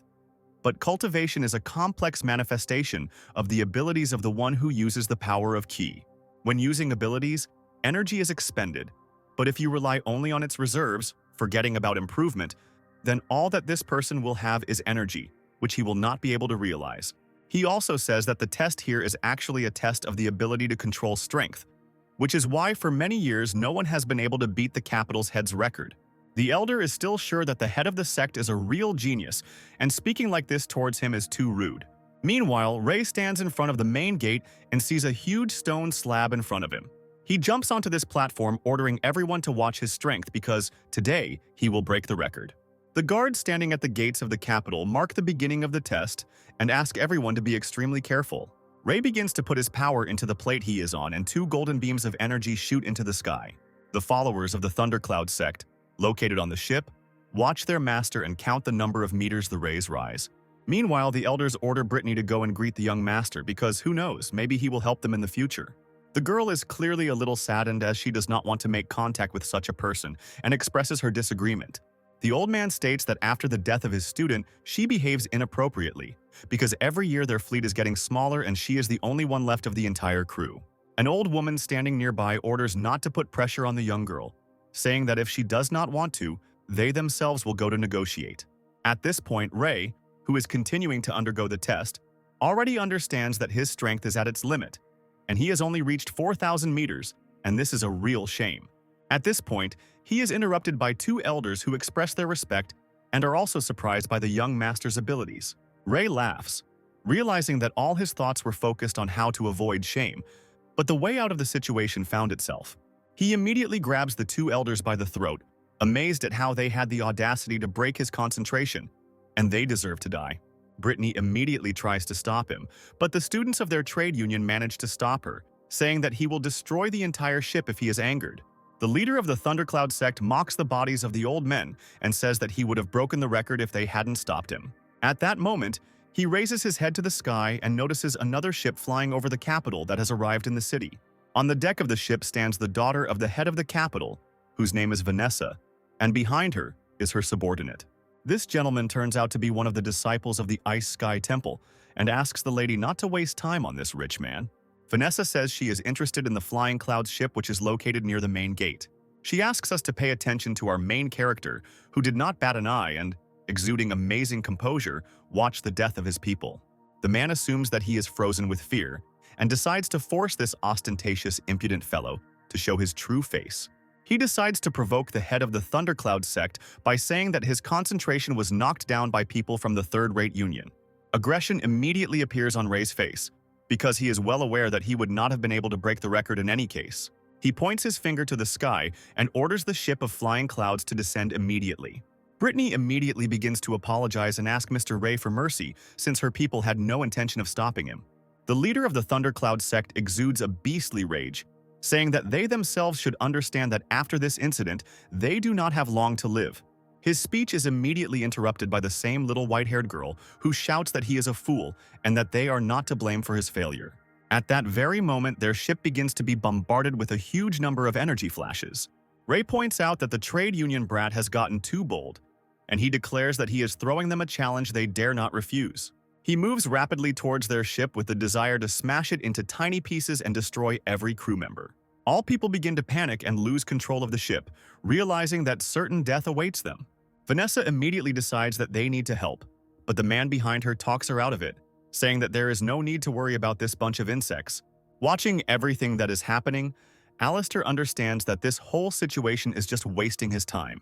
He immediately disappears in the blink of an eye right before the eyes of Ray's ship moving towards theirs. Before he could even realize what had happened, the leader of the Thundercloud sect received a powerful kick to the face. Alistair knocks him out cold with one punch and sends his body falling towards the capital's main gate. All those present, including the daughter of the head of the capital, Vanessa, who is watching all this, are in shock. At this moment, Brittany understands that she herself, along with her ship and crew, survived death and exhales calmly. Ray's body reaches the ground and crashes into one of the walls of the capital, and the protagonist takes a place on that very plate to pass the test. The protagonist looks at the Thundercloud sect leader with disdain, telling him that he wants to show him something incredibly exciting. He begins to concentrate his power, realizing that his body's characteristics are unremarkable, and his internal strength is not that great. But with the help of spiritual fusion, he will be able to achieve results. At that very moment, a huge beam of light shoots into the sky, illuminating the entire capital with its radiance. The members of the Thundercloud sect watching this happen can believe their eyes. One of the students manages to notice that the light pillar has already risen 8,000 meters and is about to break the capital's mayor's record. At one point, everyone watching what was happening was even more shocked, realizing that the pole had crossed the 10,000 meter mark. Alistair realizes that he has put on a little show and has made all the people of the capital pay attention to him by exuding a colossal amount of energy. At this moment, Ray, who is nearby, begins to cough up blood and tries to withstand the pressure that our protagonist is exuding.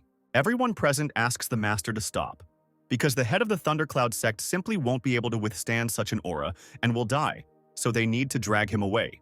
One of the elders of the Thundercloud sect also stands up for his master, ordering the protagonist to stop immediately. Alistair, with an arrogant and unperturbed look, says that he doesn't care whether he dies or lives. At this time, inside the capital, one of the elders is informed that someone has managed to break the record of the head of their city. The man does not believe his ears and immediately decides to go outside himself and check what is happening, seeing with his own eyes a huge beam of light. He notices that the pillar has reached a height of 20,000 meters and assumes that the descendants of the outstanding ancestors have arrived. The elder immediately orders that everyone be informed that no one should dare touch the person inside the pillar of light. Meanwhile, Alistair stands next to the corpse of the head of the Thundercloud sect and asks to remove him from here. The elders and sects immediately begin to blame the Flying Cloud Trade Union and order them to prepare for death. The union workers immediately begin to justify themselves, saying that this gentleman killed the head and that they have nothing to do with it, since he is not one of them. Brittany immediately orders everyone to shut up because if he hadn't saved them, they would have been dead long ago. Little Shani also takes the side of the main character, saying that she will protect her brother at the cost of her own life. Alistair immediately returns to the ship, stroking the little girl's head and promising that he will be okay. He also addresses all members of the trade union present, stating that if anyone is against his being here, let them come forward. Meanwhile, the elders of the Thundercloud sect are preparing a powerful technique to destroy the ship on which our protagonist arrived. Two elders prepare a powerful lightning bolt and move towards the ship, declaring that everyone present will be dead. Vanessa immediately stops them, declaring how dare they start fights on the capital's lands. The elders realize that the leader's eldest daughter is standing in front of them and say that their master, who arrived at the auction, has just been killed, and they demand an explanation. Vanessa, with a menacing and unperturbed look, asks what will happen if there is no explanation. The elders respond that they will have to understand that you can't mess around with a thundercloud. At that moment, one of the oldest in the capital appears, accompanied by guards, saying that they are taking too much liberty, after which they bow to the eldest daughter Vanessa and apologize for being late, and the girl replies that she was dropped off by a ship of the icy sky along the way, which is why she arrived earlier. The girl tells the elder that, in her opinion, the Thundercloud does not want to take part in the auction, and they need to be escorted out of the capital. The elders take the body of their leader and promise that their sect will never forget this, after which Vanessa descends on a lotus flower to our main character and asks to know his name. At the same moment, all the union workers try to explain that they are seeing him for the first time and that he is not one of their members. Brittany immediately tries to take responsibility for herself, saying that this man is her friend and she is ready to take full responsibility. Vanessa decides to clarify and asks again that none of these three people are members of the union. The workers breathe a sigh of relief and continue to insist that this is the first time they have seen these people. At this moment, Brittany's face shows despair, because she understands that her years of efforts and suffering have gone down the drain. After hearing all this, the daughter of the head of the capital declares that these three people will become honored guests of the capital and rooms will be prepared for them in the guest house. Brittany and little Shani are in complete shock and confusion about what is happening, not understanding what is happening. As they walk away and move towards the capital, union workers shout after them, asking to be taken with them. The girl replies that the trade union has turned its back on her, and that she no longer wants to have anything to do with the flying clouds. Alistair offers to help drive out these traitors, but Brittany thanks him for the offer, saying that they are better off living and living. After some time, Vanessa takes our heroes inside the capital and shows them the local sights. At this moment, the man from the Ice Sky sect realizes that his plan has failed and how dare this stranger come so close to Vanessa. The daughter of the head of the capital is trying to find out once again the name of our main character. Alistair leans close to her ear and orders her to take her time, and to tell her father that his sworn enemy has arrived. After giving the young girl a task, he decides to go with Brittany and Shani to the guest temple. The elder offers to introduce security to them, but Vanessa replies that if he managed to raise the pillar to 20,000 meters, security here is powerless. The elder understands the hopelessness of this situation and begins to sweat heavily and pray that nothing happens. After some time, our heroes find themselves in front of the gates of a huge golden temple located right in the heart of the capital. Walking inside, Alistair asks one of the servants when the auction will begin, and in response, he receives that it will begin in 2 hours. While waiting for the auction to begin, our main character decides to rest and lie on the bed looking at the vault ring, which he was able to take from the head of the Thundercloud sect. His thoughts are interrupted by a knock on the door, and a servant announces that Vanessa wishes to meet him. The girl goes inside and asks the young gentleman to introduce himself again, since she still hasn't found out his name. The main character answers his name in parallel, looking at her beautiful body and realizing that it is not for nothing that she is among the top 3 most beautiful girls on the continent. When the girl asked which sect he came from, Alistair answered that she had not had the chance to meet all the masters and that he would be expecting the head of the city tomorrow. Vanessa turns out to be very surprised because she does not understand how the main character found out that the head of the city is leaving tomorrow, because only the elders knew about it. The protagonist laughs and says that he knows much more than she could ever imagine and asks to be left alone. The girl is stunned by such impudence because for the first time in her life a man throws her out of the room. Vanessa, furious, leaves, leaving the protagonist alone and looking after her.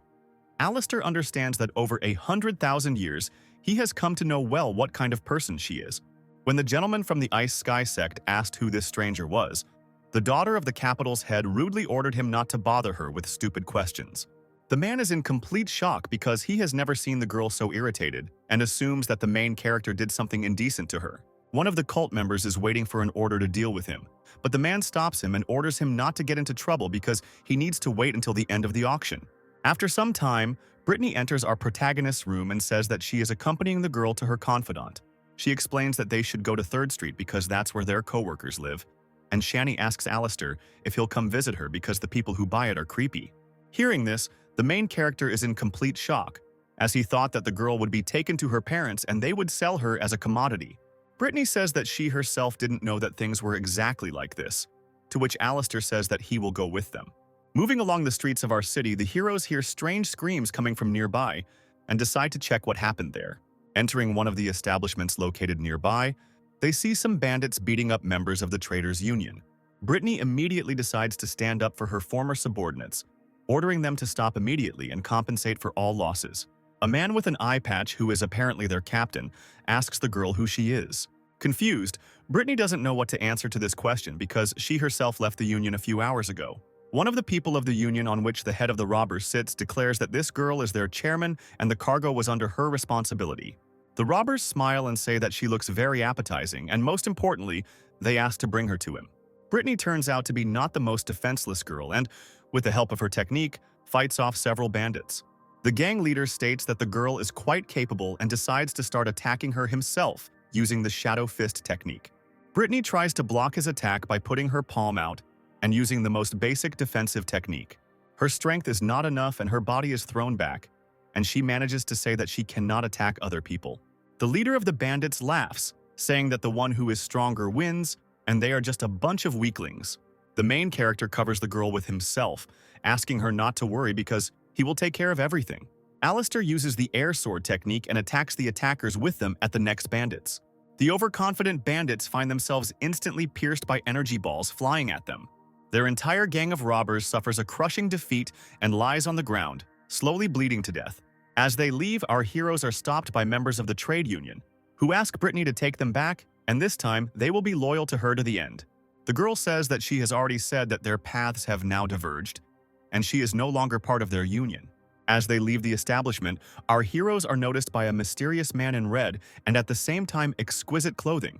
Looking at the main character, he orders his subordinates to get to know him, but to do so without hostility. Moving further and further through the streets of the city, Alistair orders the girls not to go too far from him to avoid similar troubles. After some time, the main character notices that Brittany liked a small bracelet in one of the shops and offers to buy it for her. He asks the merchant standing behind the counter how much this bracelet will cost. A flattering and friendly seller, looking forward to easy money, names the price at 3,000 baht. Brittany is about to leave. They say it's too expensive, but Alistair immediately takes out the money and pays for the purchase. At that moment, he is interrupted by Vanessa, who appeared out of nowhere and also liked the bracelet. The Ice Sky sect member standing behind her says that if she likes him so much, he will give her a gift. Vanessa says that she also really liked this bracelet and asks the protagonist to give it up. Passers-by, watching what is happening from the side, say that our protagonist is very lucky because the daughter of the head of the city is very kind to him, and he will go far. Alistair picks up the bracelet and says that he is very sorry, but it already has an owner, after which he puts it on Brittany's hand. Little Shani immediately starts smiling and saying that this decoration suits her sister very well. After such an action, an unprecedented shock immediately appears on the faces of all passers-by, because they do not believe that someone could refuse the daughter of the head of the capital. Vanessa just looks at the main character with confused eyes, because something like this has never happened to her before. The girl is about to leave, but a member of the Ice Sky sect stands up for her, trying to stop Alistair. The protagonist states that he paid the stated price for it and that this bracelet belongs to another girl. The man immediately takes out a huge amount of bot from his storage, intending to make a generous offer. He points his finger at the bracelet and asks to sell it for 100,000 bot right here and now. Brittany understands that this is a very good exchange, but still decides to remain silent, waiting for Alistair's reaction. The protagonist, with an imperturbable face, declares that this amount of money will not be enough. Passers-by watching this theatrical performance are once again shocked to realize that for our protagonist there are no authorities. The Ice Sky section member continues to up the ante and dumps even more money on the ground. The merchant who sold them this bracelet standing behind the counter advises the main character to agree, because it is a huge amount of money. Alistair shrugs, saying that this is still not enough, pretending that he does not care what amount his opponent offers. The man starts to get angry and lose his temper and decides to ask directly for what price he is willing to sell this piece of jewelry. The main character names the price at 100 million, which once again shocks all the passers-by watching this situation, because for that kind of money you can buy all the shops in the capital. The members of the sect are immediately overcome with rage, and he asks who the main character thinks he is, just standing there and mocking him. Alistair smirks and compares the sect members to the recently departed leader of the Thundercloud sect, Ray. The man understands that he cannot cope with him alone because their strength is at different levels, after which the main character turns around and simply leaves, leaving Vanessa and her companion in splendid isolation. The daughter of the city's mayor experiences incredible emotions that she has not felt until today, trying to understand who exactly the protagonist is. Moving further towards the auction, Brittany asks why the main character refused to sell the bracelet for 1,000,000 baht, to which he receives the answer that it was a gift, and he could not dispose of it. The girl shrugs her eyebrows in her head, realizing that if she had known this earlier, she would have gladly sold this jewelry. Once at the gates of the place where the auction will take place, our heroes are stopped by a guard who says that their invitation has expired. A confused Brittany is surprised, saying that she didn't realize that the invitation had an expiration date. The guard rudely repeats once again that they will not let them in, and their invitation is no longer valid. Alistair suggests not arguing with the guards and simply waiting near the entrance to the hall. The girl assumes that everything is in order with the invitations, and most likely someone bribed the guards so that they would not let them in. Alistair agrees with her guess, and asks her to guess who exactly might be behind this. Brittany suggests that it could be Tony, the same man from the Ice Sky cult, adding that he has been trying to hit on Vanessa for a long time, and the main character humiliated him. Little Shani asks Alistair if they will be allowed inside, and he, stroking her head, asks her not to worry, because soon someone will appear who will take them inside. After some time, the same man who saw our heroes being attacked by robbers appears at the gate. Brittany appears slightly frightened, asking Alistair if he was really waiting for a man from the pure palace of the Celestial Empire. The main character, without the slightest shadow of doubt, replies that this is exactly what he was waiting for. The girl explains that this is a first-class sect, which is much more powerful than the flying clouds and the icy sky, and it is also said that one of the 3 emperors of the upper system began his journey with this sect. Alistair agrees with her reasoning, also noting that the Black Dragon actually trained there, causing the girl to be surprised because she does not understand how the main character knows the emperor's real name. A man in a red robe notices our heroes and asks why they look like they weren't allowed in. The man comes closer to our hero, introducing himself as Russell, saying that they met in the tavern, to which the protagonist thanks him for resolving the situation. Russell notes that the main character's strength matches the level of the Free Frontier, and this is a very good indicator, and also asks whether he will go to the auction. The protagonist says that he wanted to be there, but the guard stopped him, saying that his invitation was no longer valid. The guards watching everything that is happening understand that it is better not to delay and accuse the member of the sect of the Ice Sky Tony of sending them to certain death. Deciding not to make the situation worse, they immediately run up to Russell and ask him for help, because they didn't know that this stranger was his friend. Russell glances at them, declaring that this is unprecedented impudence, after which the ground beneath him begins to crack. The guards continue to beg for forgiveness because they did wrong while Russell is emitting an incredible aura and energy, and he doesn't even move. The man states that Tony is an incredible liar and a very petty person, and then invites Alistair to follow him to the auction. As our heroes pass through the gates, the guards do not dare to raise their heads, still continuing to kneel. Raising their heads, they begin to cough up blood, as Russell's presence alone has caused them a massive amount of damage. Finally, finding ourselves inside the auction hall, a huge arena filled with people opens up before our heroes. Russell decides to ask the protagonist what exactly he thinks about the auction room. Alistair, in turn, decides to behave very delicately and says that first he wants to hear the master's thoughts. Russell says that in this hall there are 5 steps that correspond to the 5 elemental elements, and if activated, even one located on a free line will instantly die. His bodyguards note that their master has become better at assessing details and very soon they will all be able to confront him. The main character behaves confidently and very calmly, saying that Russell is wrong because, if activated, he will have time to take a couple of breaths. This answer greatly surprises the man, as well as his bodyguards, forcing them to treat the main character with greater caution. Their conversation is interrupted by Tony, who appears and calls the main character a scoundrel, since the current tactics were personally developed by the head of the capital, while simultaneously trying to understand how exactly the main character was able to get into the auction. When Russell asks why he thinks this is nonsense, he doesn't answer that the main character allows himself to talk all sorts of nonsense, and for some reason thinks that there is a gap in the auction security system. Russell orders Tony not to open his mouth about trifles if he himself does not know, then it is better to remain silent. Tony starts to bare his teeth, asking that he cannot contradict the pure palace of the Celestial Empire and now some scoundrels. He points his finger at our main character, saying that he is a worthless person who only knows how to hide behind the backs of others. Russell immediately interrupts his insult with a loud shout, declaring that he should not dare speak like that towards our protagonist. After which he launches several energy attacks towards Tony, wanting to teach him a lesson and put him in his place. The man covers his face with his hands, declaring that Russell is not the only one who has defenders. Tony is immediately covered by several guards who take the blow on themselves. Atonia declares that he is going to teach this young man a lesson, and that this does not concern Mr. Russell. Russell immediately launches several more energy attacks towards them, stating that they are acting very recklessly. The guards protecting Tony ask their master to stop, because their strength is already at its limit. At that very second, it turns out that one of the attacks still managed to reach Tony and slightly damage him. After which Russell reminds us to remember in the future that children should not interrupt adult conversations. Their conversation is interrupted by a follower of the Empress's sect and a follower of the Celestials who mock Tony, saying that it is a pity that his beloved Vanessa did not see how he was beaten up. Russell notes that their conversation with the main character is not over, and he is very curious about the flaw in the auction room's security system. Alistair invites Russell to join him tomorrow, because the head of the capital will come to him at the guest temple, and there he will tell him everything. Such a statement shocks everyone present, as they cannot believe that the head of the capital himself will come to a meeting with a person they do not know. Even Brittany is completely delighted and once again tries to figure out who Alistair really is. Russell agrees to this proposal and suggests going to their places and waiting there for the auction to begin. Finding himself in the luxurious stands, the main character looks around the auction hall, realizing that the show is about to begin.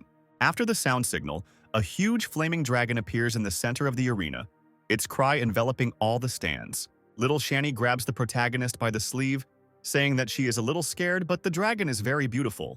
After this, the daughter of the capital's head, Vanessa, appears in the center of the arena and declares that everyone present has been waiting for this for a long time and the auction will begin soon. All the participants of the auction look in amazement at the capital's main beauty, Vanessa, admiring her unrivaled appearance. The girl announces that in the absence of her father, who is also the head of the capital, she will be in charge of conducting the auction. The crowd's cheers don't seem to mind that she will be the auction's curator. Ice Sky member Tony immediately orders his guards to kill the freaks who are yelling at his beloved, and the guards only think that their master is a fool. At the same moment, the golden dragon in the center of the arena opens its mouth, demonstrating the first lot to all participants of the auction. Vanessa announces that the first lot of this auction will be a mysterious plate made of rare metal. Its starting price is 100,000 baht. Tony immediately decides to show off in front of Vanessa, offering his price of 500,000 baht. Unexpectedly for all the auction participants, someone names the sum of 1.5 million baht. That person turns out to be Brittany, who is trying to figure out why Mr. Alistair asked her to raise the price. When the girl asks why he doesn't announce the price himself, the main character explains that his hands hurt, and when he gives orders, Brittany should raise the stakes. Vanessa, watching her, begins to get furious, realizing that she sees in front of her the very woman who took the bracelet she liked. Tony at this time is trying to understand where our protagonist got so much audacity to try to compete with him in wealth. He raises 2 fingers in the air, placing a new bet of 2 million baht, trying to outbid Alistair. The protagonist tells Brittany not to give up and to continue to raise the price, asking Russell for advice on the price. The man says that this plate made of rare metal could well be valued at 3 million. Upon hearing his suggestion, Brittany immediately raises 3 fingers and places a bet of 3 million baht. Vanessa begins a 3-second countdown, expecting one of the auction participants to offer a higher price. Without waiting for a higher insertion, she announces that the lot in the form of a plate will be sold and hands it over to the protagonist, after which Alistair opens his vault in the form of a ring, and the golden dragon begins to absorb the required amount of money from it. Tony decides to make fun of our main character by saying that he spent 3 million on a piece of metal. Some of the auction participants, like a pack of jackals, gather together and also begin to mock, supporting this statement. Alistair smiles, saying that if some of those present have vision problems, he will help them see the truth. He begins to pour some of his energy into the plate, saying that inside it is mithril, a very rare metal that fully justifies its price. By splitting the metal, he reveals that inside it was a first-class spiritual talisman. Other auction participants realize that this is a golden talisman of the Spirit Assistant, and its price on the market exceeds 100 million. This fact surprises even Russell, who could not imagine that there would be a talisman inside, and he also tries to understand how the main character managed to understand that he was inside. Meanwhile, Vanessa presents the second lot of the auction, a sword, which in Awakening was cast from heavenly metal and lay for 30 years in the sect of Buried Balls. Seeing the second lot, Russell asks Alistair how much he would value this sword, and the main character says that he is not a great connoisseur of swords and will give him a maximum of 10 million. Rich auction participants begin to raise their bids in increments of 1 million, gradually increasing the price of the lot. At that very moment, they are interrupted by Brittany, who immediately raises the bet to 20 million. Tony immediately ups the ante by saying that he won't lose to the main character, while his bodyguards meanwhile ask him to calm down. At that moment, Brittany raises her hand again, making a new bet of 25 million. The guards and the elder of the city watching everything that is happening say that the youth are very frivolous, and our main character is a fool if they openly provoke the Temple of the Ice Sky. The elder says that he conducted an investigation and did not find out exactly how Alistair got to the capital and where he is from, but he understands that he is not a fool. Tony again wants to raise the stake, but his subordinate dissuades his master, saying that the sword is not worth that kind of money and it is better to give it up. He immediately pushes his bodyguard away, saying that our main character dared to treat him with disdain and he cannot just leave it like that. After Tony raises the bet again to 27 million, Alistair decides to calm down and give him the sword. The other auction participants look at our protagonist in surprise, realizing that he decided not to raise the price, and this looks very strange. Tony takes the sword he received, telling others not to dare compete with him or they risk great regret.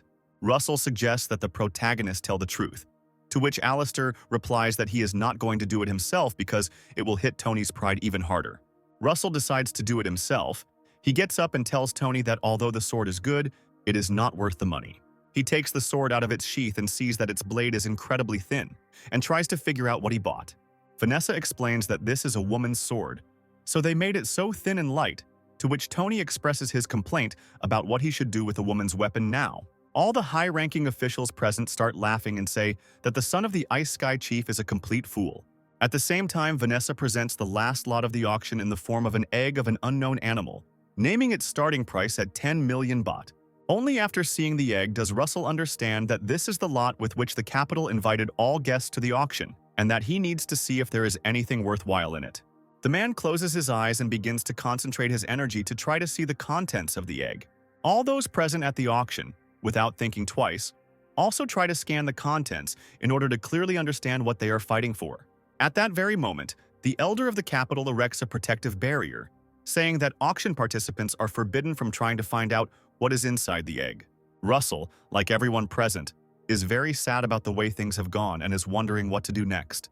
At that moment, Alistair asks him if he managed to find out what was inside the egg, to which Russell replies that his ability was reflected before he was able to find out. The main character says that he is more than sure that there is something interesting inside the egg, but if he and Russell fight for it, he will not be able to get it. The man says that he could not see any clues, and if our protagonist is so confident in his abilities, then he will not participate in the fight for the lot. Vanessa announces the start of the bidding for this lot, and again announces the starting price of 10 million. The auction guests are not very willing to pay such money for the unknown contents of the egg, and say that the auction owners are crooks. Tony decides to prove himself again and is the first to place a bet of 11 million baht. All the participants in the auction understand that the son of the Ice Sky sect leader is behaving very recklessly, and his reputation will soon be at rock bottom. Tony grits his teeth, realizing the situation he has gotten himself into, but his father ordered him to buy this egg, and so he has no choice. Vanessa asks if anyone wants to raise the price, thinking that Tony has decided to drive himself into a loss. At the same moment, Alistair raises his hand and places a bet of 50 million baht. Tony immediately interrupts him by making a bet of 60 million, while simultaneously thinking that the main character has decided to compete with him in wealth. The protagonist again raises the bet to 70 million, saying that he does not want to waste his time. Vanessa begins to count down from 3 seconds, while Tony panics because he can't bring himself to raise the bet. At this point, Alistair decides to outbid his own bet by raising it by another 10 million. The enthusiastic cries of the auction participants immediately fill the entire arena, because for the first time they see someone raising their own price, thereby further humiliating Tony. Tony is in complete shock as Alistair continues to raise the stakes, gradually reaching 100 million. He is interrupted by Vanessa, who asks the gentleman not to raise his own price. Tony clearly has no intention of backing down and raises the stakes once again, and despair is clearly visible on his face because he did not expect such an outcome of events. Their fight with Alistair continues, and ultimately they remain the only contenders for this auction lot, reaching a sum of 300 million. Having reached such a colossal sum, Tony begins to laugh and wants to see how his opponent will be able to pay 300 million. Russell asks him to calm down, saying that if the gentleman does not believe in his own strength, this does not mean that others do not have similar means. Tony starts to grind his teeth, and anger is clearly visible on his face, because he is sure that the main character cannot have that kind of money. All the participants of the auction present also begin to doubt the solvency of our protagonist, remembering that last time the one who could not pay the amount was killed. Alistair says that since the situation is taking such a turn, he offers a deal that if he can still give 300 million to Tony, he will also be ready to risk his life. Vanessa adds that if the protagonist lied, then eternal shame awaits him, and he should think twice before risking his life. The main character asks the girl not to worry, emphasizing that for him the sum of 300 million is tiny, and begins to give the money. At this point, even among the guards, a dispute unfolds about whether Alistair will have enough of the indicated amount and whether Tony will ultimately die. Meanwhile, Tony's face begins to change little by little, and rage quickly gives way to fear and despair, because he understands that Alistair has the entire amount. Finding himself in a stalemate, he orders his 2 bodyguards to immediately attack and kill the protagonist. Vanessa manages to notice all this while trying to warn the gentleman and says that such behavior is unacceptable during an auction. Russell chuckles, telling Alistair that he has once again anticipated his opponent's actions and orders his guards to protect them. They fight back against attackers without any problems, as they are tens of times stronger than them. By this point, the protagonist has finished paying for the auction lot and says that it is his opponent's turn.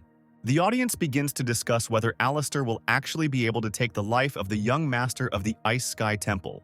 Meanwhile, Tony is in shock. He doesn't understand how Russell's guards managed to come to their senses and whether they really foresaw everything in advance. His reasoning is immediately interrupted by the protagonist, who in the blink of an eye appears in front of him, saying that the dead do not need answers. High-ranking participants and representatives of noble families ask Alistair to think better of it, because with such actions he insults the temple of the icy sky. The protagonist immediately orders them to shut up if they don't want to go to the next world and draws a line right under their feet, cutting through the stone floor. After which he looks at Tony with a grin and says that every self-respecting man should keep his word. He is immediately overcome with a fit of rage, and he holds sharp steel needles in his hands, saying that the main character has only a few moments left to live. At that very second, Tu attacks the main character, launching a shower of steel spikes at him, but Alistair manages to reflect them by putting up a protective barrier. He takes one of the steel needles in his hand, saying that attacking without warning is very mean, and he wants to teach him a lesson on how to use the spikes. After these words, with a light movement of his hand, he sends a steel needle flying at incredible speed, which pierces Tony's head right through. Everyone present and simultaneously observing this confrontation are in shock and cannot believe their eyes. They, including our protagonist, look at the corpse of the young master of the Ice Sky sect lying on the floor, bleeding. At the same time, without wasting a second, Alistair removes the storage ring from his finger, saying that after so many battles, the sword has returned to him. Tony's bodyguards immediately rush to attack, wondering how the protagonist dared to kill their master, and also that the Ice Sky Temple will not forget this. The protagonist immediately takes out the sword he bought earlier from Tony's ring, saying that he doesn't want to dirty his own hands with it. Drawing his blade, he makes several powerful and fluid movements, cutting through the air and the guards along with it. Standing in a victorious stance and holding that same blade in front of him, he asks all the visitors to the capital if there are any others who want to argue with him. Vanessa understands that this commotion needs to be ended as soon as possible, says that the auction is declared closed, and asks everyone to disperse. On the way out of the auction hall, Russell asks the protagonist if he can handle the Ice Sky Temple, since they will most likely cause him a lot of trouble. Meanwhile, the elder of the capital, together with the daughter of the head of the city, discuss how best to resolve the situation and decide to wait until tomorrow. At the same moment, somewhere in the temple of the Ice Cloud sect, its leader and also Tony's father orders all troops to go to the capital. Also, the head of the Thundercloud sect and Ray's father orders his troops to also go to the capital and avenge his son's death. That evening, the protagonist looks at the egg he bought at auction, amazed at how it was able to appear in this world outside the three spheres. He pours some of his energy into the egg, they say, so that it gets to know its owner before it has time to form and transform. After which he places it in the vault ring, saying that his time has not yet come, but soon he will definitely play his role. While he was minding his own business, he heard a strange rustling sound outside the window and immediately realized that most likely someone was following him. Without thinking twice, he uses his spiritual energy to attract the one hiding behind the window, saying that he should have been more careful. Having broken the window frame on her way, a red-haired girl in a ninja costume starts flying towards him, clearly not expecting such a turn of events. In flight, the girl manages to group herself and tries to deliver a powerful kick to our hero. These efforts turn out to be insufficient, and our protagonist, without much effort, grabs the girl flying towards him and presses her against the wall. "I can clearly guess who is hiding under the mask," he asked the girl why Vanessa was looking for a man's company late at night and whether she is afraid of the consequences. The ninja girl, whose appearance strongly resembles the daughter of the capital's leader, is trying to understand in her thoughts how he recognized her. Without thinking twice, Alistair rips off her mask, under which Vanessa really does appear, and at the same time asks her for what purpose she came to his chambers. The girl explains that she didn't know how strong our main character was, so she became curious about how he would act when he found himself in trouble. Alistair says that she doesn't need to worry about some two tiny sects because the capital itself will help him deal with them. When Vanessa asks why the capital should help him, he replies that she herself came to him at night, and it would be better for her to leave quickly before she brings even more problems upon herself. The girl, experiencing incredible excitement, asks why he is talking to her like that, because she came of her own free will to help. The main character says that she doesn't care about Tony's death, but she doesn't care about his killer, and all of this together seems very strange to him. A clearly disgruntled Vanessa explains that she never liked Tony and that he was just an arrogant, impudent boor trying to show off his dignity. Alistair presses the girl against the wall, making her blush even more and asking who she liked in that case, and if she doesn't answer this question, then she can leave because there won't be another chance. Vanessa is very embarrassed when they say that the main character treats Brittany well, and because of this, her heart breaks. So she thinks that she has fallen in love. Having heard her answer, the main character grabs the girl in his arms and says that in this case she will stay with him for the night. The girl doesn't even have time to understand what's happening and doesn't have time to say a word. And in her head, only the thought flashes about whether everything is developing too quickly. He throws the girl onto the bed, towering over her and looking straight into her eyes. At this moment, a light silence hangs between them, and the atmosphere becomes very romantic. Vanessa continues to look at our main character, afraid to say even a word, while her heart begins to beat at an incredible speed, and all she thinks about is how exciting it is to part with something that she has kept for more than 20 years. Closing her eyes for a moment, waiting for Alistair to make the first move, she looks away and sees how our main character has simply fallen asleep. She is immediately overcome with shock, which quickly fades away, and she thinks only about how decent our protagonist is because she is lying so close, and he does not allow himself to do anything extra. The next morning, Alistair wakes up to the fact that Vanessa will be there and says that it's time to get up because her father will soon arrive in the capital. He says that it is not for nothing that Vanessa is called the first beauty of the capital, because she is incredibly charming, making the girl blush very much and cover her face with her hands. He also adds that he has a plan to deal with two sects that want to take revenge on him and ask the girl to get some materials for him. Joyful Vanessa, having received a list of necessary things, immediately goes in search of them, running out of the room and not noticing Brittany standing next to her. The girl turns out to be somewhat surprised why the lady left Alistair's room, after which she informs him that the elders of the two sects are already on their way to the capital. The main character promises to greet them and orders the girl to stay at the hotel and protect Shani, because she is an unusual child. After some time, Vanessa, having obtained the necessary materials, together with the elder of the capital, stand waiting for our protagonist. Alistair explains that he asked Vanessa to bring the elder so that he could take a look at something, after which he begins to process the materials using magical energy. The elder immediately tries to protect his mistress, the main character, because even the best masters on the mainland do not undertake to process these materials, and he is taking a great risk. The main character asks not to worry about anything while simultaneously controlling a powerful purple flame inside which are the previously collected materials. The elder can't believe his eyes and wonders how he managed to melt the 7-color metal and heavenly wood so quickly. Looking at everything that is happening, he also says that in the entire capital you won't find another person with such forging skills as our protagonist. After a few minutes, the molten materials merge into an elegant golden armor, and the protagonist rejoices that he managed to create armor for his puppet, which he will call impenetrable armor. The elder and Vanessa cannot believe their eyes because, for ordinary craftsmen, this process takes several months, and in appearance this armor has surpassed the 9th rank.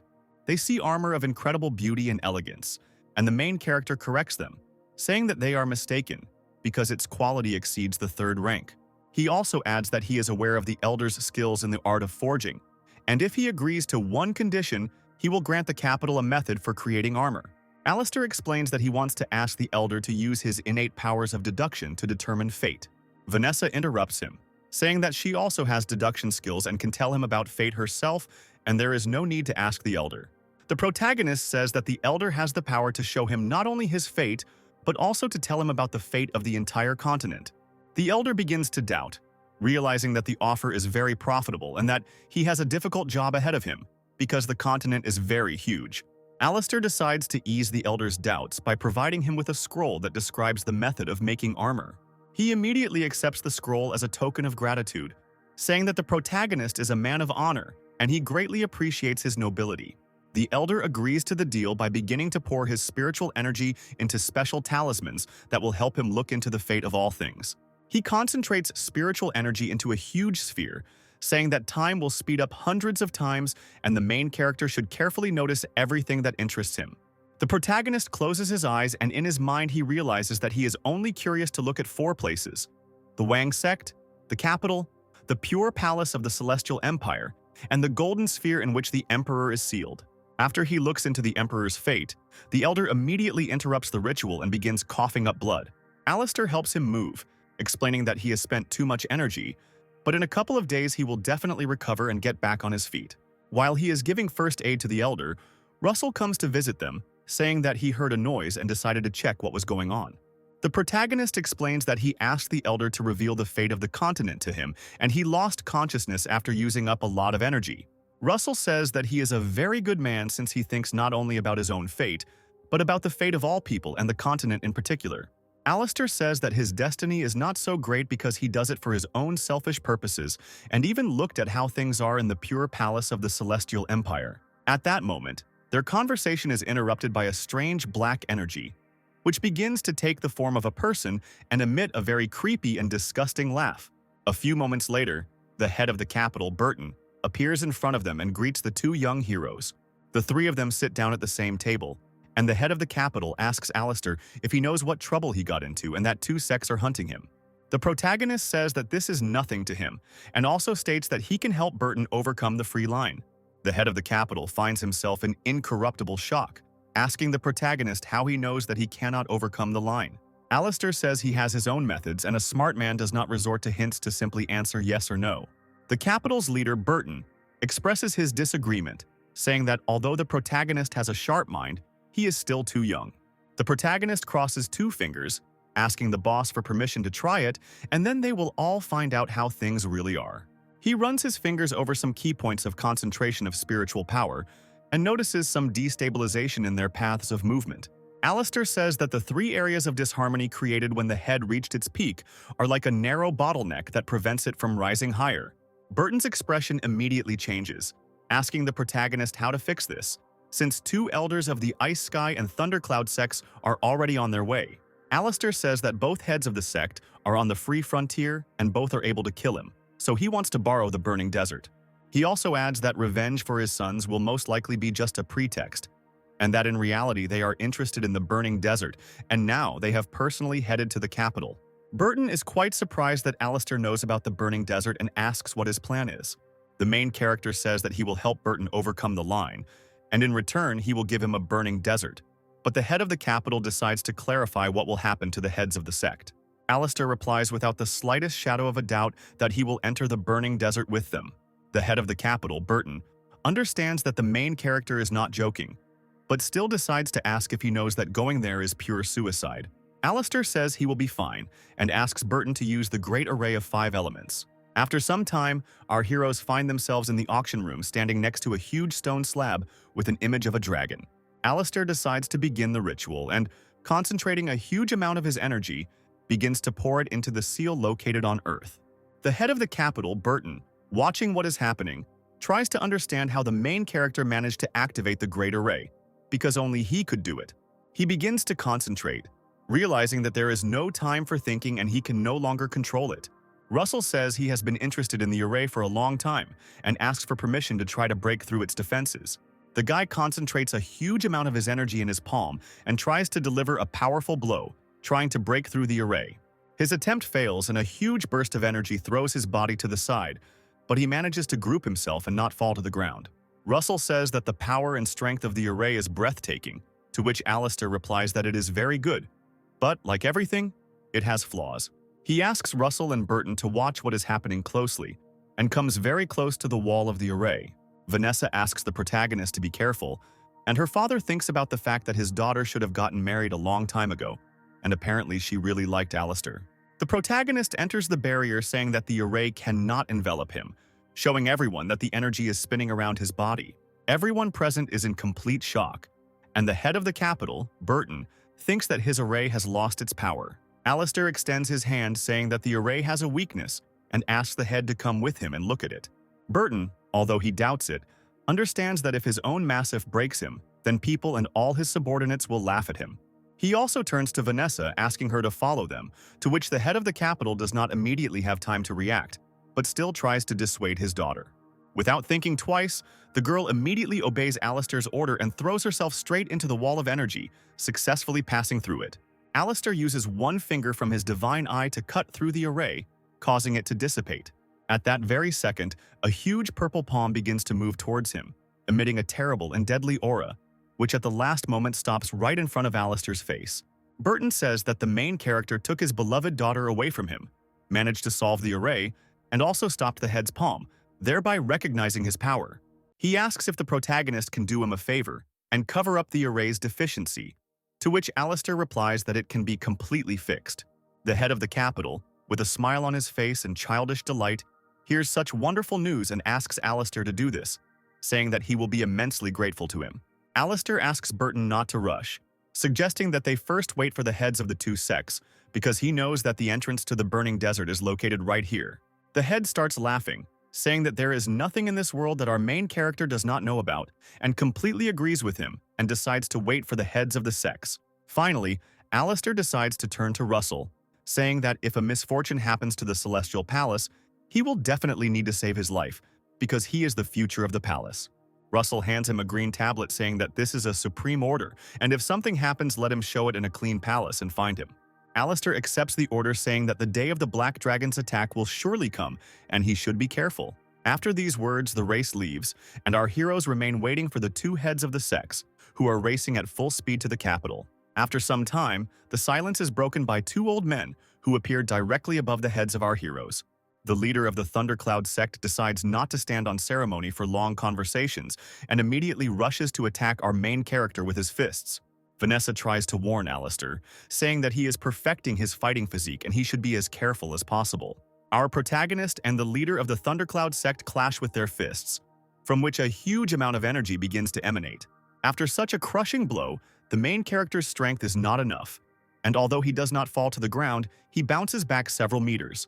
The leader of the Thundercloud sect decides to ease up on me and continues to press, once again trying to attack Alistair. At the last moment, the head of the capital, Burton, manages to push him away, while simultaneously concentrating a terrible dark energy in his palms. He forms a shield with the help of his palms and this energy, which he uses to repel the lightning-fast attack of the attacker. The leader of the Thundercloud sect asks how Burton has the nerve to go against two sects at the same time. He immediately suggests to the other head of the Ice Sky sect to join forces and settle old scores and new conflicts with Burton. They say that he is in complete agreement. The two old men, having joined forces, simultaneously attack Burton, not giving him a chance to breathe. Being at the limit of his capabilities and repelling the attacks of two opponents, the head of the capital does not understand how Alistair was going to fight them because they are incredibly strong. The protagonist decides not to stand aside and help Burton by concentrating his energy on the tip of his finger and releasing a powerful beam of energy. The fast-flying clod of magic almost reaches the head of the Thundercloud sect, but he manages to dodge it at the last moment. He also finds himself extremely surprised at how this young man knows his weak spot. Meanwhile, Burton opens a portal to the burning desert and invites the leaders to enter it, because in 3 hours it will close for the next 100 years. The old men immediately decide that this is just a trick and an attempt to lure them into a trap. But the main character jumps into the portal without thinking. Noticing the action of the young man, they, being sure that this is really the entrance to the burning desert, rush after him. The head of the capital, Burton, looking at the reckless actions of our protagonist, understands that trouble awaits him. At that very second, Vanessa rushes into the portal after the heads of the sects and Alistair, and her father does not have time to stop her. Meanwhile, in the burning desert, two old men stand opposite our protagonist, waiting for the battle to begin. After Vanessa passes through the portal, the leader of the Thundercloud sect immediately rushes to attack her. At the last moment before the blow, the girl manages to use the hidden talisman and put up a protective barrier. This is not enough to hold back the onslaught of the sect leader, and Alistair personally rushes to the aid of the defenseless girl. The onslaught of the Thundercloud sect leader turns out to be not so weak, causing the leader to fly off to the side after the blow. The old man with sparkling eyes and complete self-confidence says that the young man has little strength, and he should not pretend to be a hero who will save everyone. The protagonist is lying on the sand at this time, with drops of blood running down his lip, and he replies that if the head of the sect kills them, then there will be no one to sacrifice. The old man is quite surprised by the fact that Alistair knows about the sacrifices that must be made as a gift. The head of the Ice Sky sect assumes that Burton told him about this, and according to rumors, 2 sacrifices are needed to open it, because this has been the case since the time of the most cruel 9th Emperor. While the heads of the sects discuss what to do next and how to proceed, Vanessa takes advantage of the moment and tries to find out if everything is okay with our protagonist. He asks the girl to remain silent and pretend that they are in a difficult situation, because all this time he was just pretending to be wounded. Alistair tries to provoke the sect leaders by saying that if the Thundercloud intended to kill him, then the second victim should have been the leader of the Ice Cloud. The Thundercloud chief who attacked him is indignant, declaring that the youth should not dare to slander him, and his colleague says that he is simply trying to start a feud between them. He also says that the desert will not remain open for long, and they need to first find what they came here for. Also, the head of the Ice Sky sect smirks, saying that it was in vain that the girl followed them, because by a lucky coincidence, she would just become the second victim. Alistair immediately grabs Vanessa's hand and decides to run away from here as quickly as possible, moving in an unknown direction. The 2 heads of the sect immediately rush in pursuit of them, saying that even though this is an endless desert, they still won't be able to hide anywhere. While running away from the 2 heads, Alistair uses his blood to draw a mysterious rune in the air and begins to pour some of his energy into it, after which he directs the rune into the air, starting to increase its size and orders Vanessa to get out of this place as quickly as possible. At that very second, right in front of the faces of the 2 old men, a huge tail of an incomprehensible creature appears from the sand. The leaders of the sect are shocked to find that somewhere in the middle of the desert, there is a demonic creature hidden, which apparently guards what they are looking for. The leader of the Thundercloud sect decides that he is capable of defeating the mysterious beast and decides to engage in battle with it. Watching all this, Vanessa decides to ask the main character if this evil spirit is his trump card, because apparently she will not be able to cope with 2 elders. After Alistair's words asking the girl to wait a little longer, several more huge tails appear from the ground, forcing the Elder of the Icy Sky to also enter the fight. One of the elders still guesses what type of creature this undead is and remembers what he read in one of the books about the eight-tailed scorpion. Meanwhile, Burton, who is watching what is happening standing outside the portal, says that the ancestors forbade entering the hot desert precisely so that Scorpio would fall into hibernation, and their affairs are very bad. The capital's elder asks the chief if they can enter the desert and help his daughter, to which Burton replies that 4 people is the maximum for the array. He also adds that at the moment, all they can hope for is a protagonist who can protect himself and his daughter. Meanwhile, the Elder's battle continues, and the scorpion reveals its full body and head and attacks furiously. The leader of the Thundercloud sect was filled with rage and battle spirit, saying that he was not going to lose to some mindless undead, fighting the scorpion. The Elder understands that if the price of all this had not been sacrifice, he would have sent Alistair to the next world long ago. Vanessa, meanwhile, asks the main character if Scorpio will be able to see the 2 elders, to which he receives the answer that this must happen, otherwise it will be very difficult for them.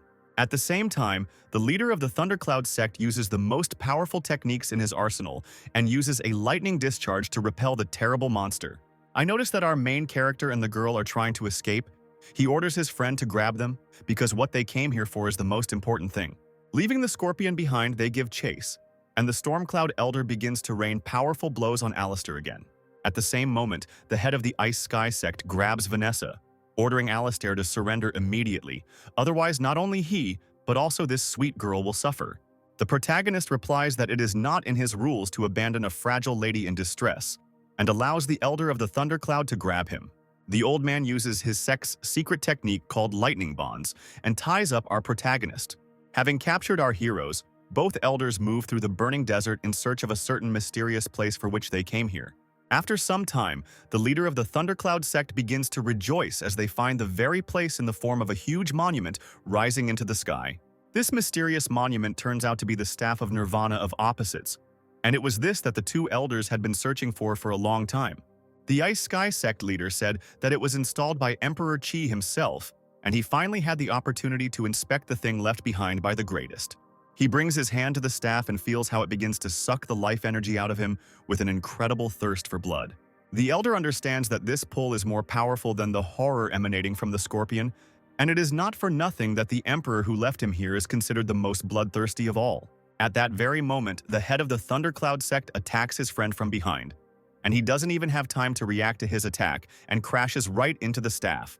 Touching the monument with his whole body, he is sucked in, and the staff begins to absorb all his life energy, causing him to experience incredible pain. Standing on the storm cloud says that even after years his friend did not have enough time to gain wisdom, and understand that if he does not die, then how can they divide the staff between themselves? Moments later, the monument completely drains the body of the Ice Sky Elder, leaving only a gnawed skeleton. Vanessa, watching everything that is happening, tells Alistair that they need to get out of here as soon as possible, and he asks the girl to go first since he still has unfinished business.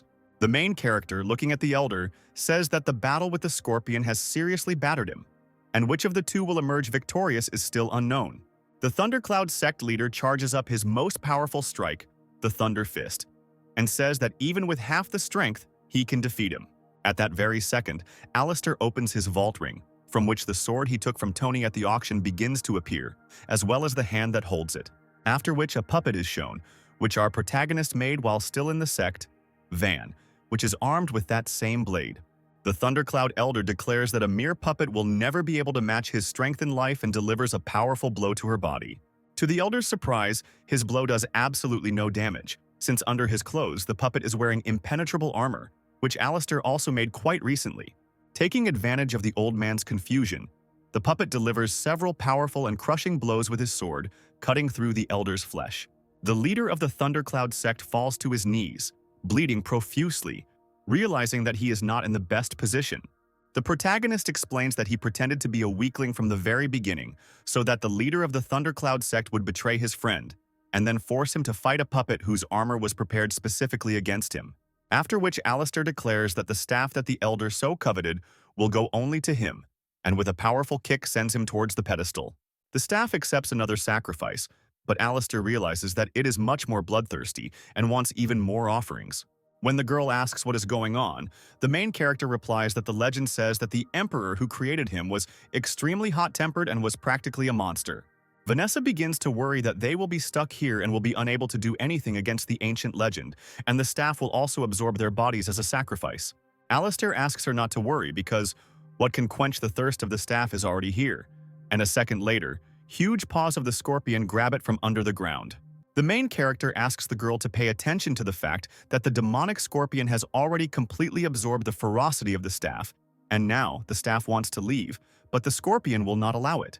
The protagonist states that he is not going to give someone something that he wants so much, so he attacks the scorpion, ordering Vanessa not to move or get too close. He delivers a powerful blow straight to the monster's head, realizing that he is very exhausted after the battle with the two elders, and that defeating him will not be difficult. Standing on top of the staff, Alistair asks him to obey and follow him because he will not give him a second chance and will leave him in the clutches of the scorpion. Hearing the approving glow from the staff, the main character takes out the egg he bought at the auction, saying that it is time for the one sitting inside to come into the world. At this moment, the head of the capital, Burton, and the elder, standing outside the portal, see how it begins to emit a golden glow and slowly close. The capital's elder wonders why the head's daughter didn't run away, since the head of the Thundercloud sect and the Ice Sky sect were already dead. Burton explains that the second ban of the Burning Desert was activated because what hatched from the egg was so terrible that the portal itself closed. The elder remembers that when he woke up, he found a strange message under his pillow that was addressed to the head of the city and hands him a small piece of paper. The note Burton holds in his hands says that Alistair will borrow his daughter and then return her safe and sound. The head of the capital is amazed that this young man managed to plan everything from the very beginning and how such a dashing person can even exist in reality. At this time, the shell of the egg in which the mysterious creature is located begins to crack slowly, and a powerful monkey appears before our heroes. Alistair declares that he is now her master and asks her to take this staff into her hands, because now it belongs to her. The monkey touches the staff with its paw, after which, under the influence of its power, it contracts, decreasing in size. At the same moment after the staff passes into the hands of another owner, the protective spirit is activated, which immediately rushes to attack the monkey. After the main character is ordered to destroy him, the monkey, without the slightest hesitation, using his power and the power of this demonic weapon, destroys the phantom in an instant.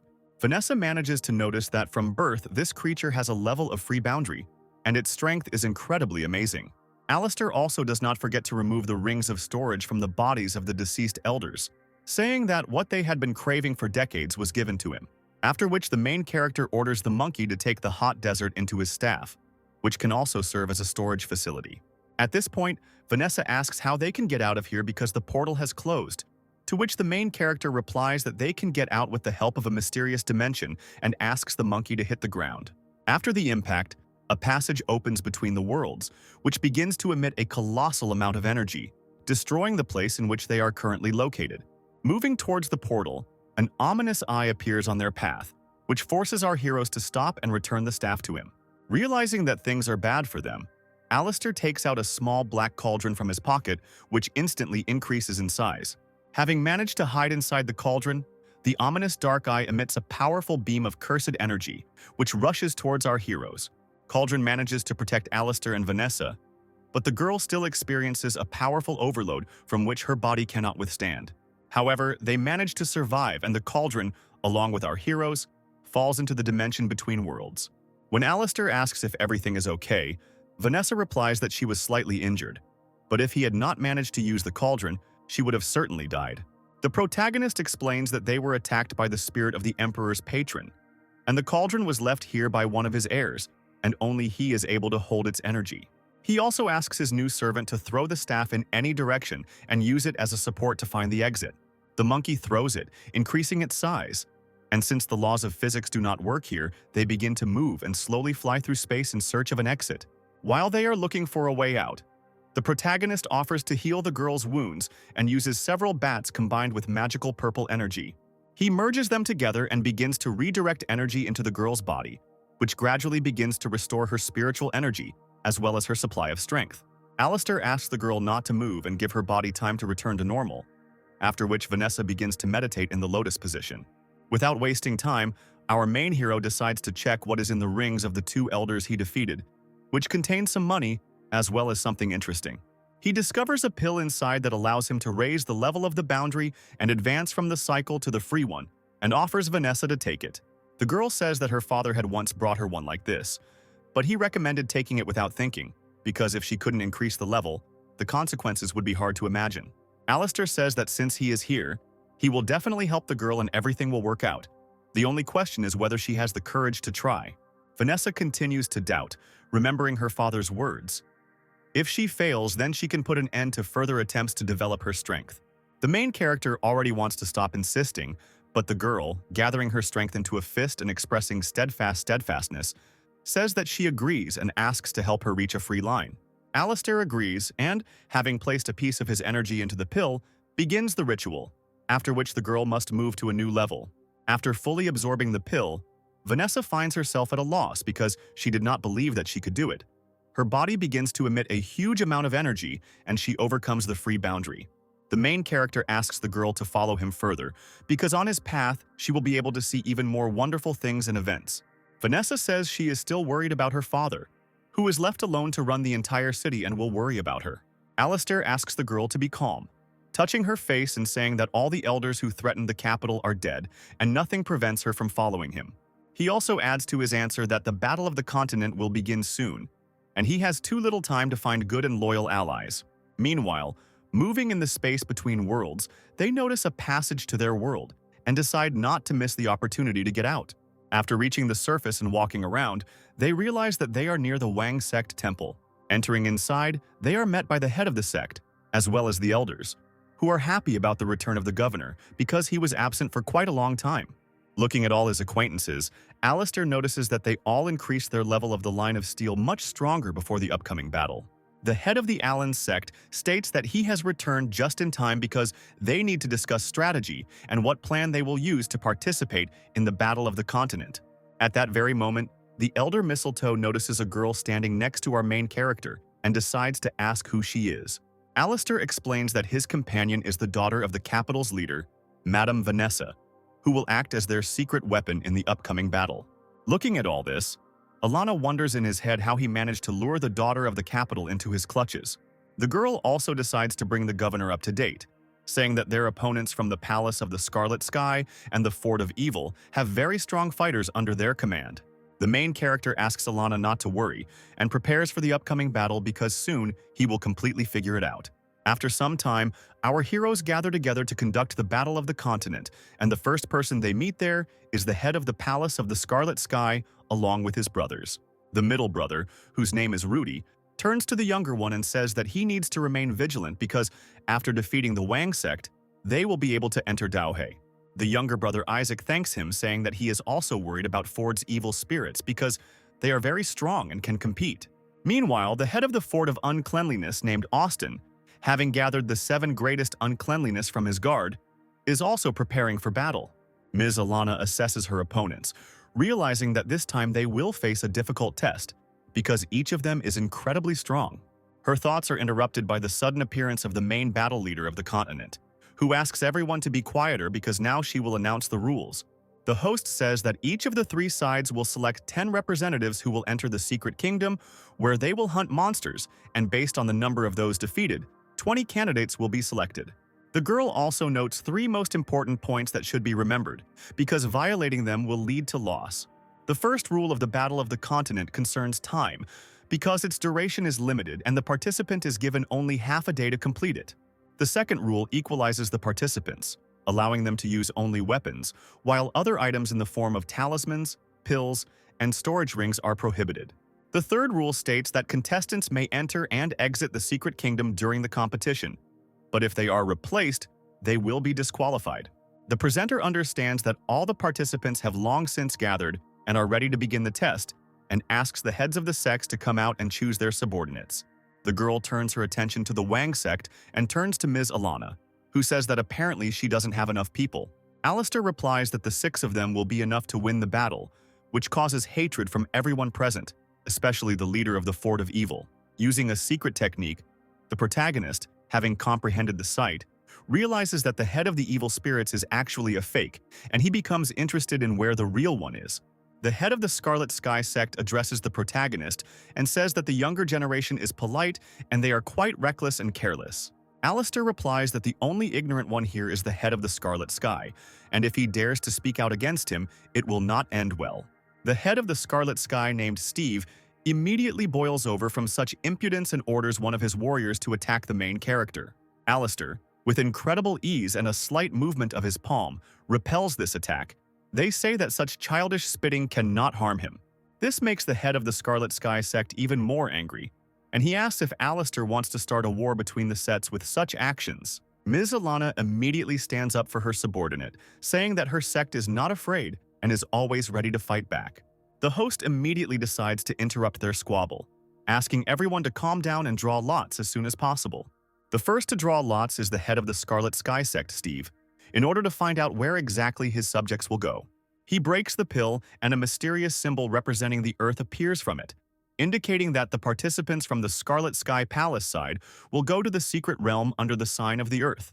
The other sect leaders also draw lots, and it turns out that the Fort of Evil will go to the secret realm under the sign of Heaven, and the Wang sect will go under the sign of Fire.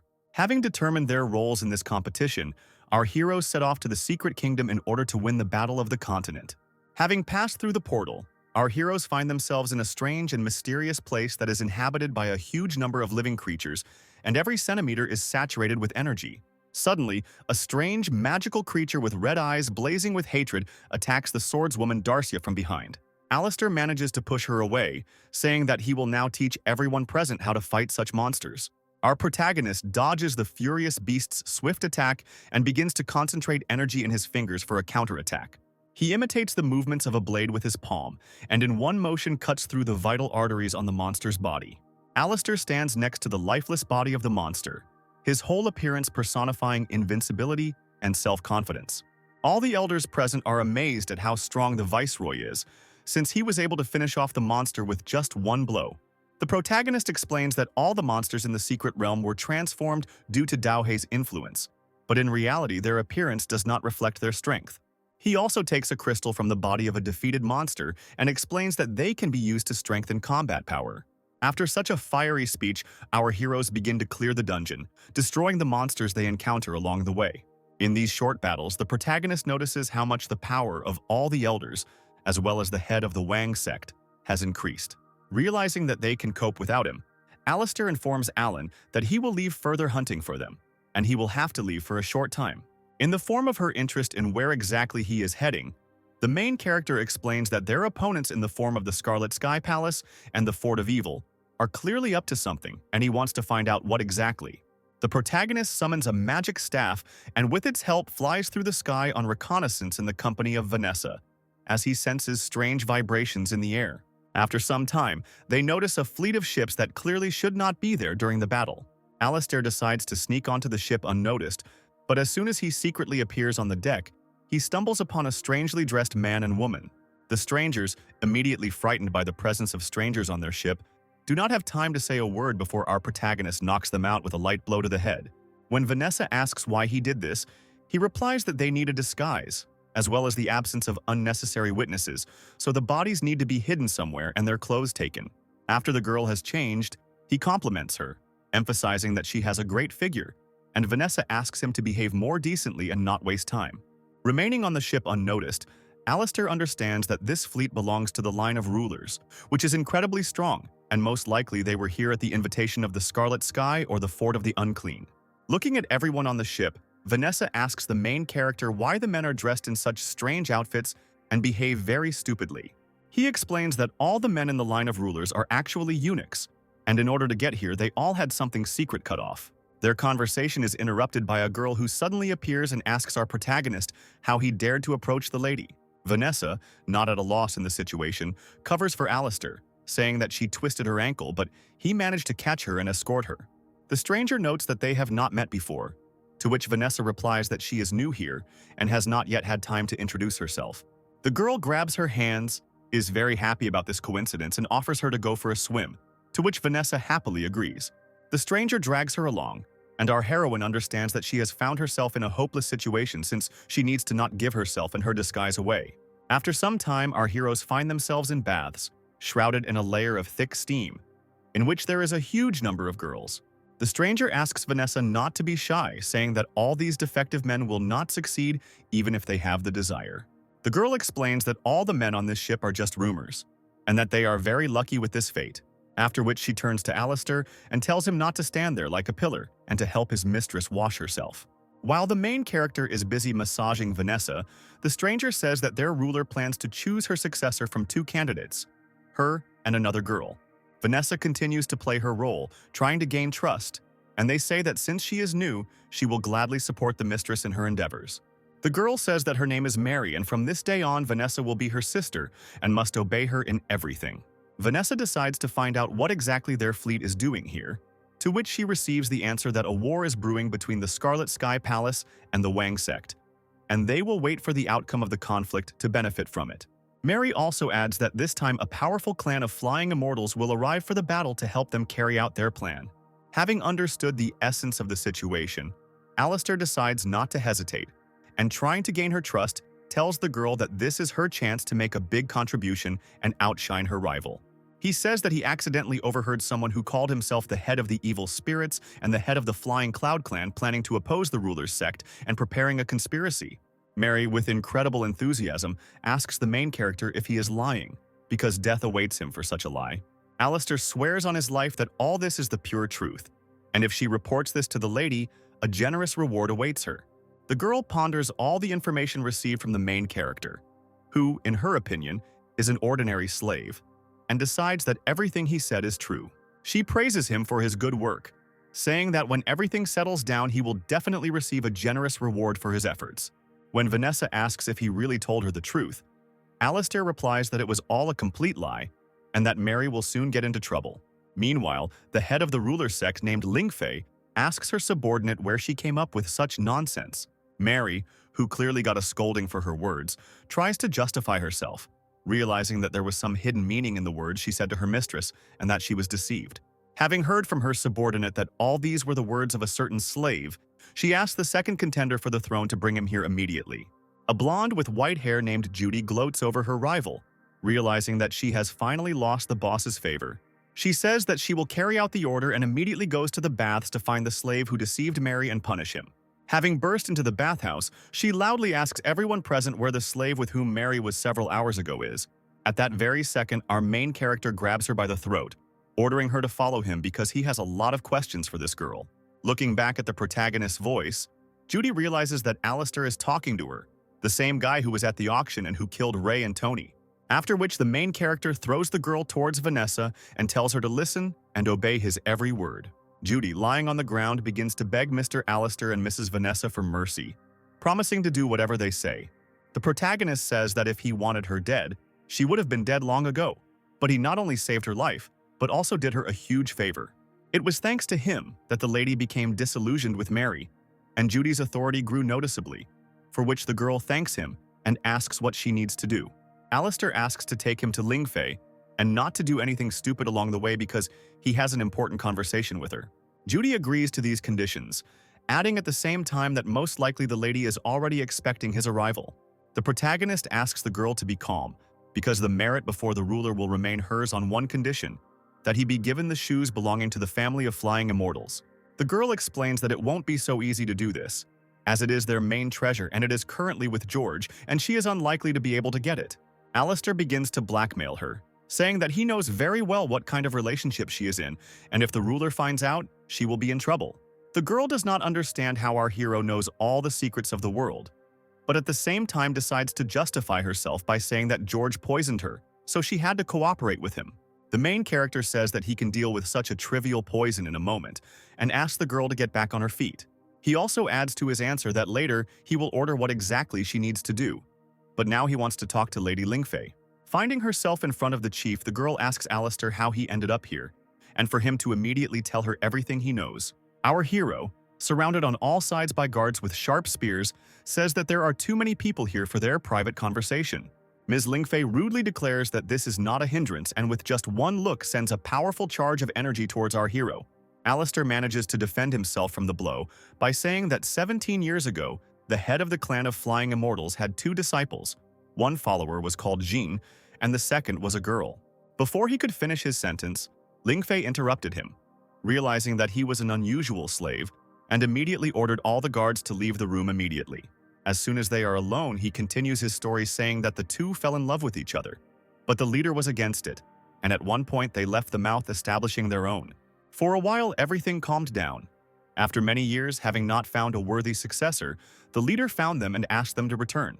John and Lingfei lived happily and knew no sorrow, but who would have thought that after some time the leader would burst into anger from years of envy and kill John?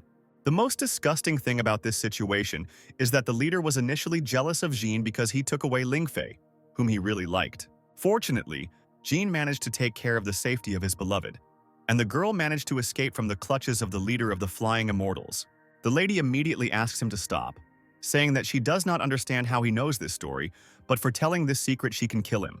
Alistair says that he understands Lingfei's thirst for revenge against the leader of the Flying Immortals and can help with this, but he does not like to talk to someone who is higher up. The girl descends the steps from her throne, coming closer to the main character and asks him to formulate his plan of action. Alistair says that he is well aware that Lingfei is no match for him in strength, but he and the Wang sect are willing to help her. He also adds that for his help he asks only one thing, to find out the name of the person who invited them here. The lady replies that she came at the invitation of the head of the Fort of Evil, because he said that he was only interested in the jewel located in Daohe. Alistair replies that there is a Brahma fruit there, which grows on a tree in one of the 8 divine shrines of the universe, and its power is enough to destroy the universe. The girl is incredibly shocked by this information because she does not believe that the thing and the ancient scriptures and the 8 shrines really exist.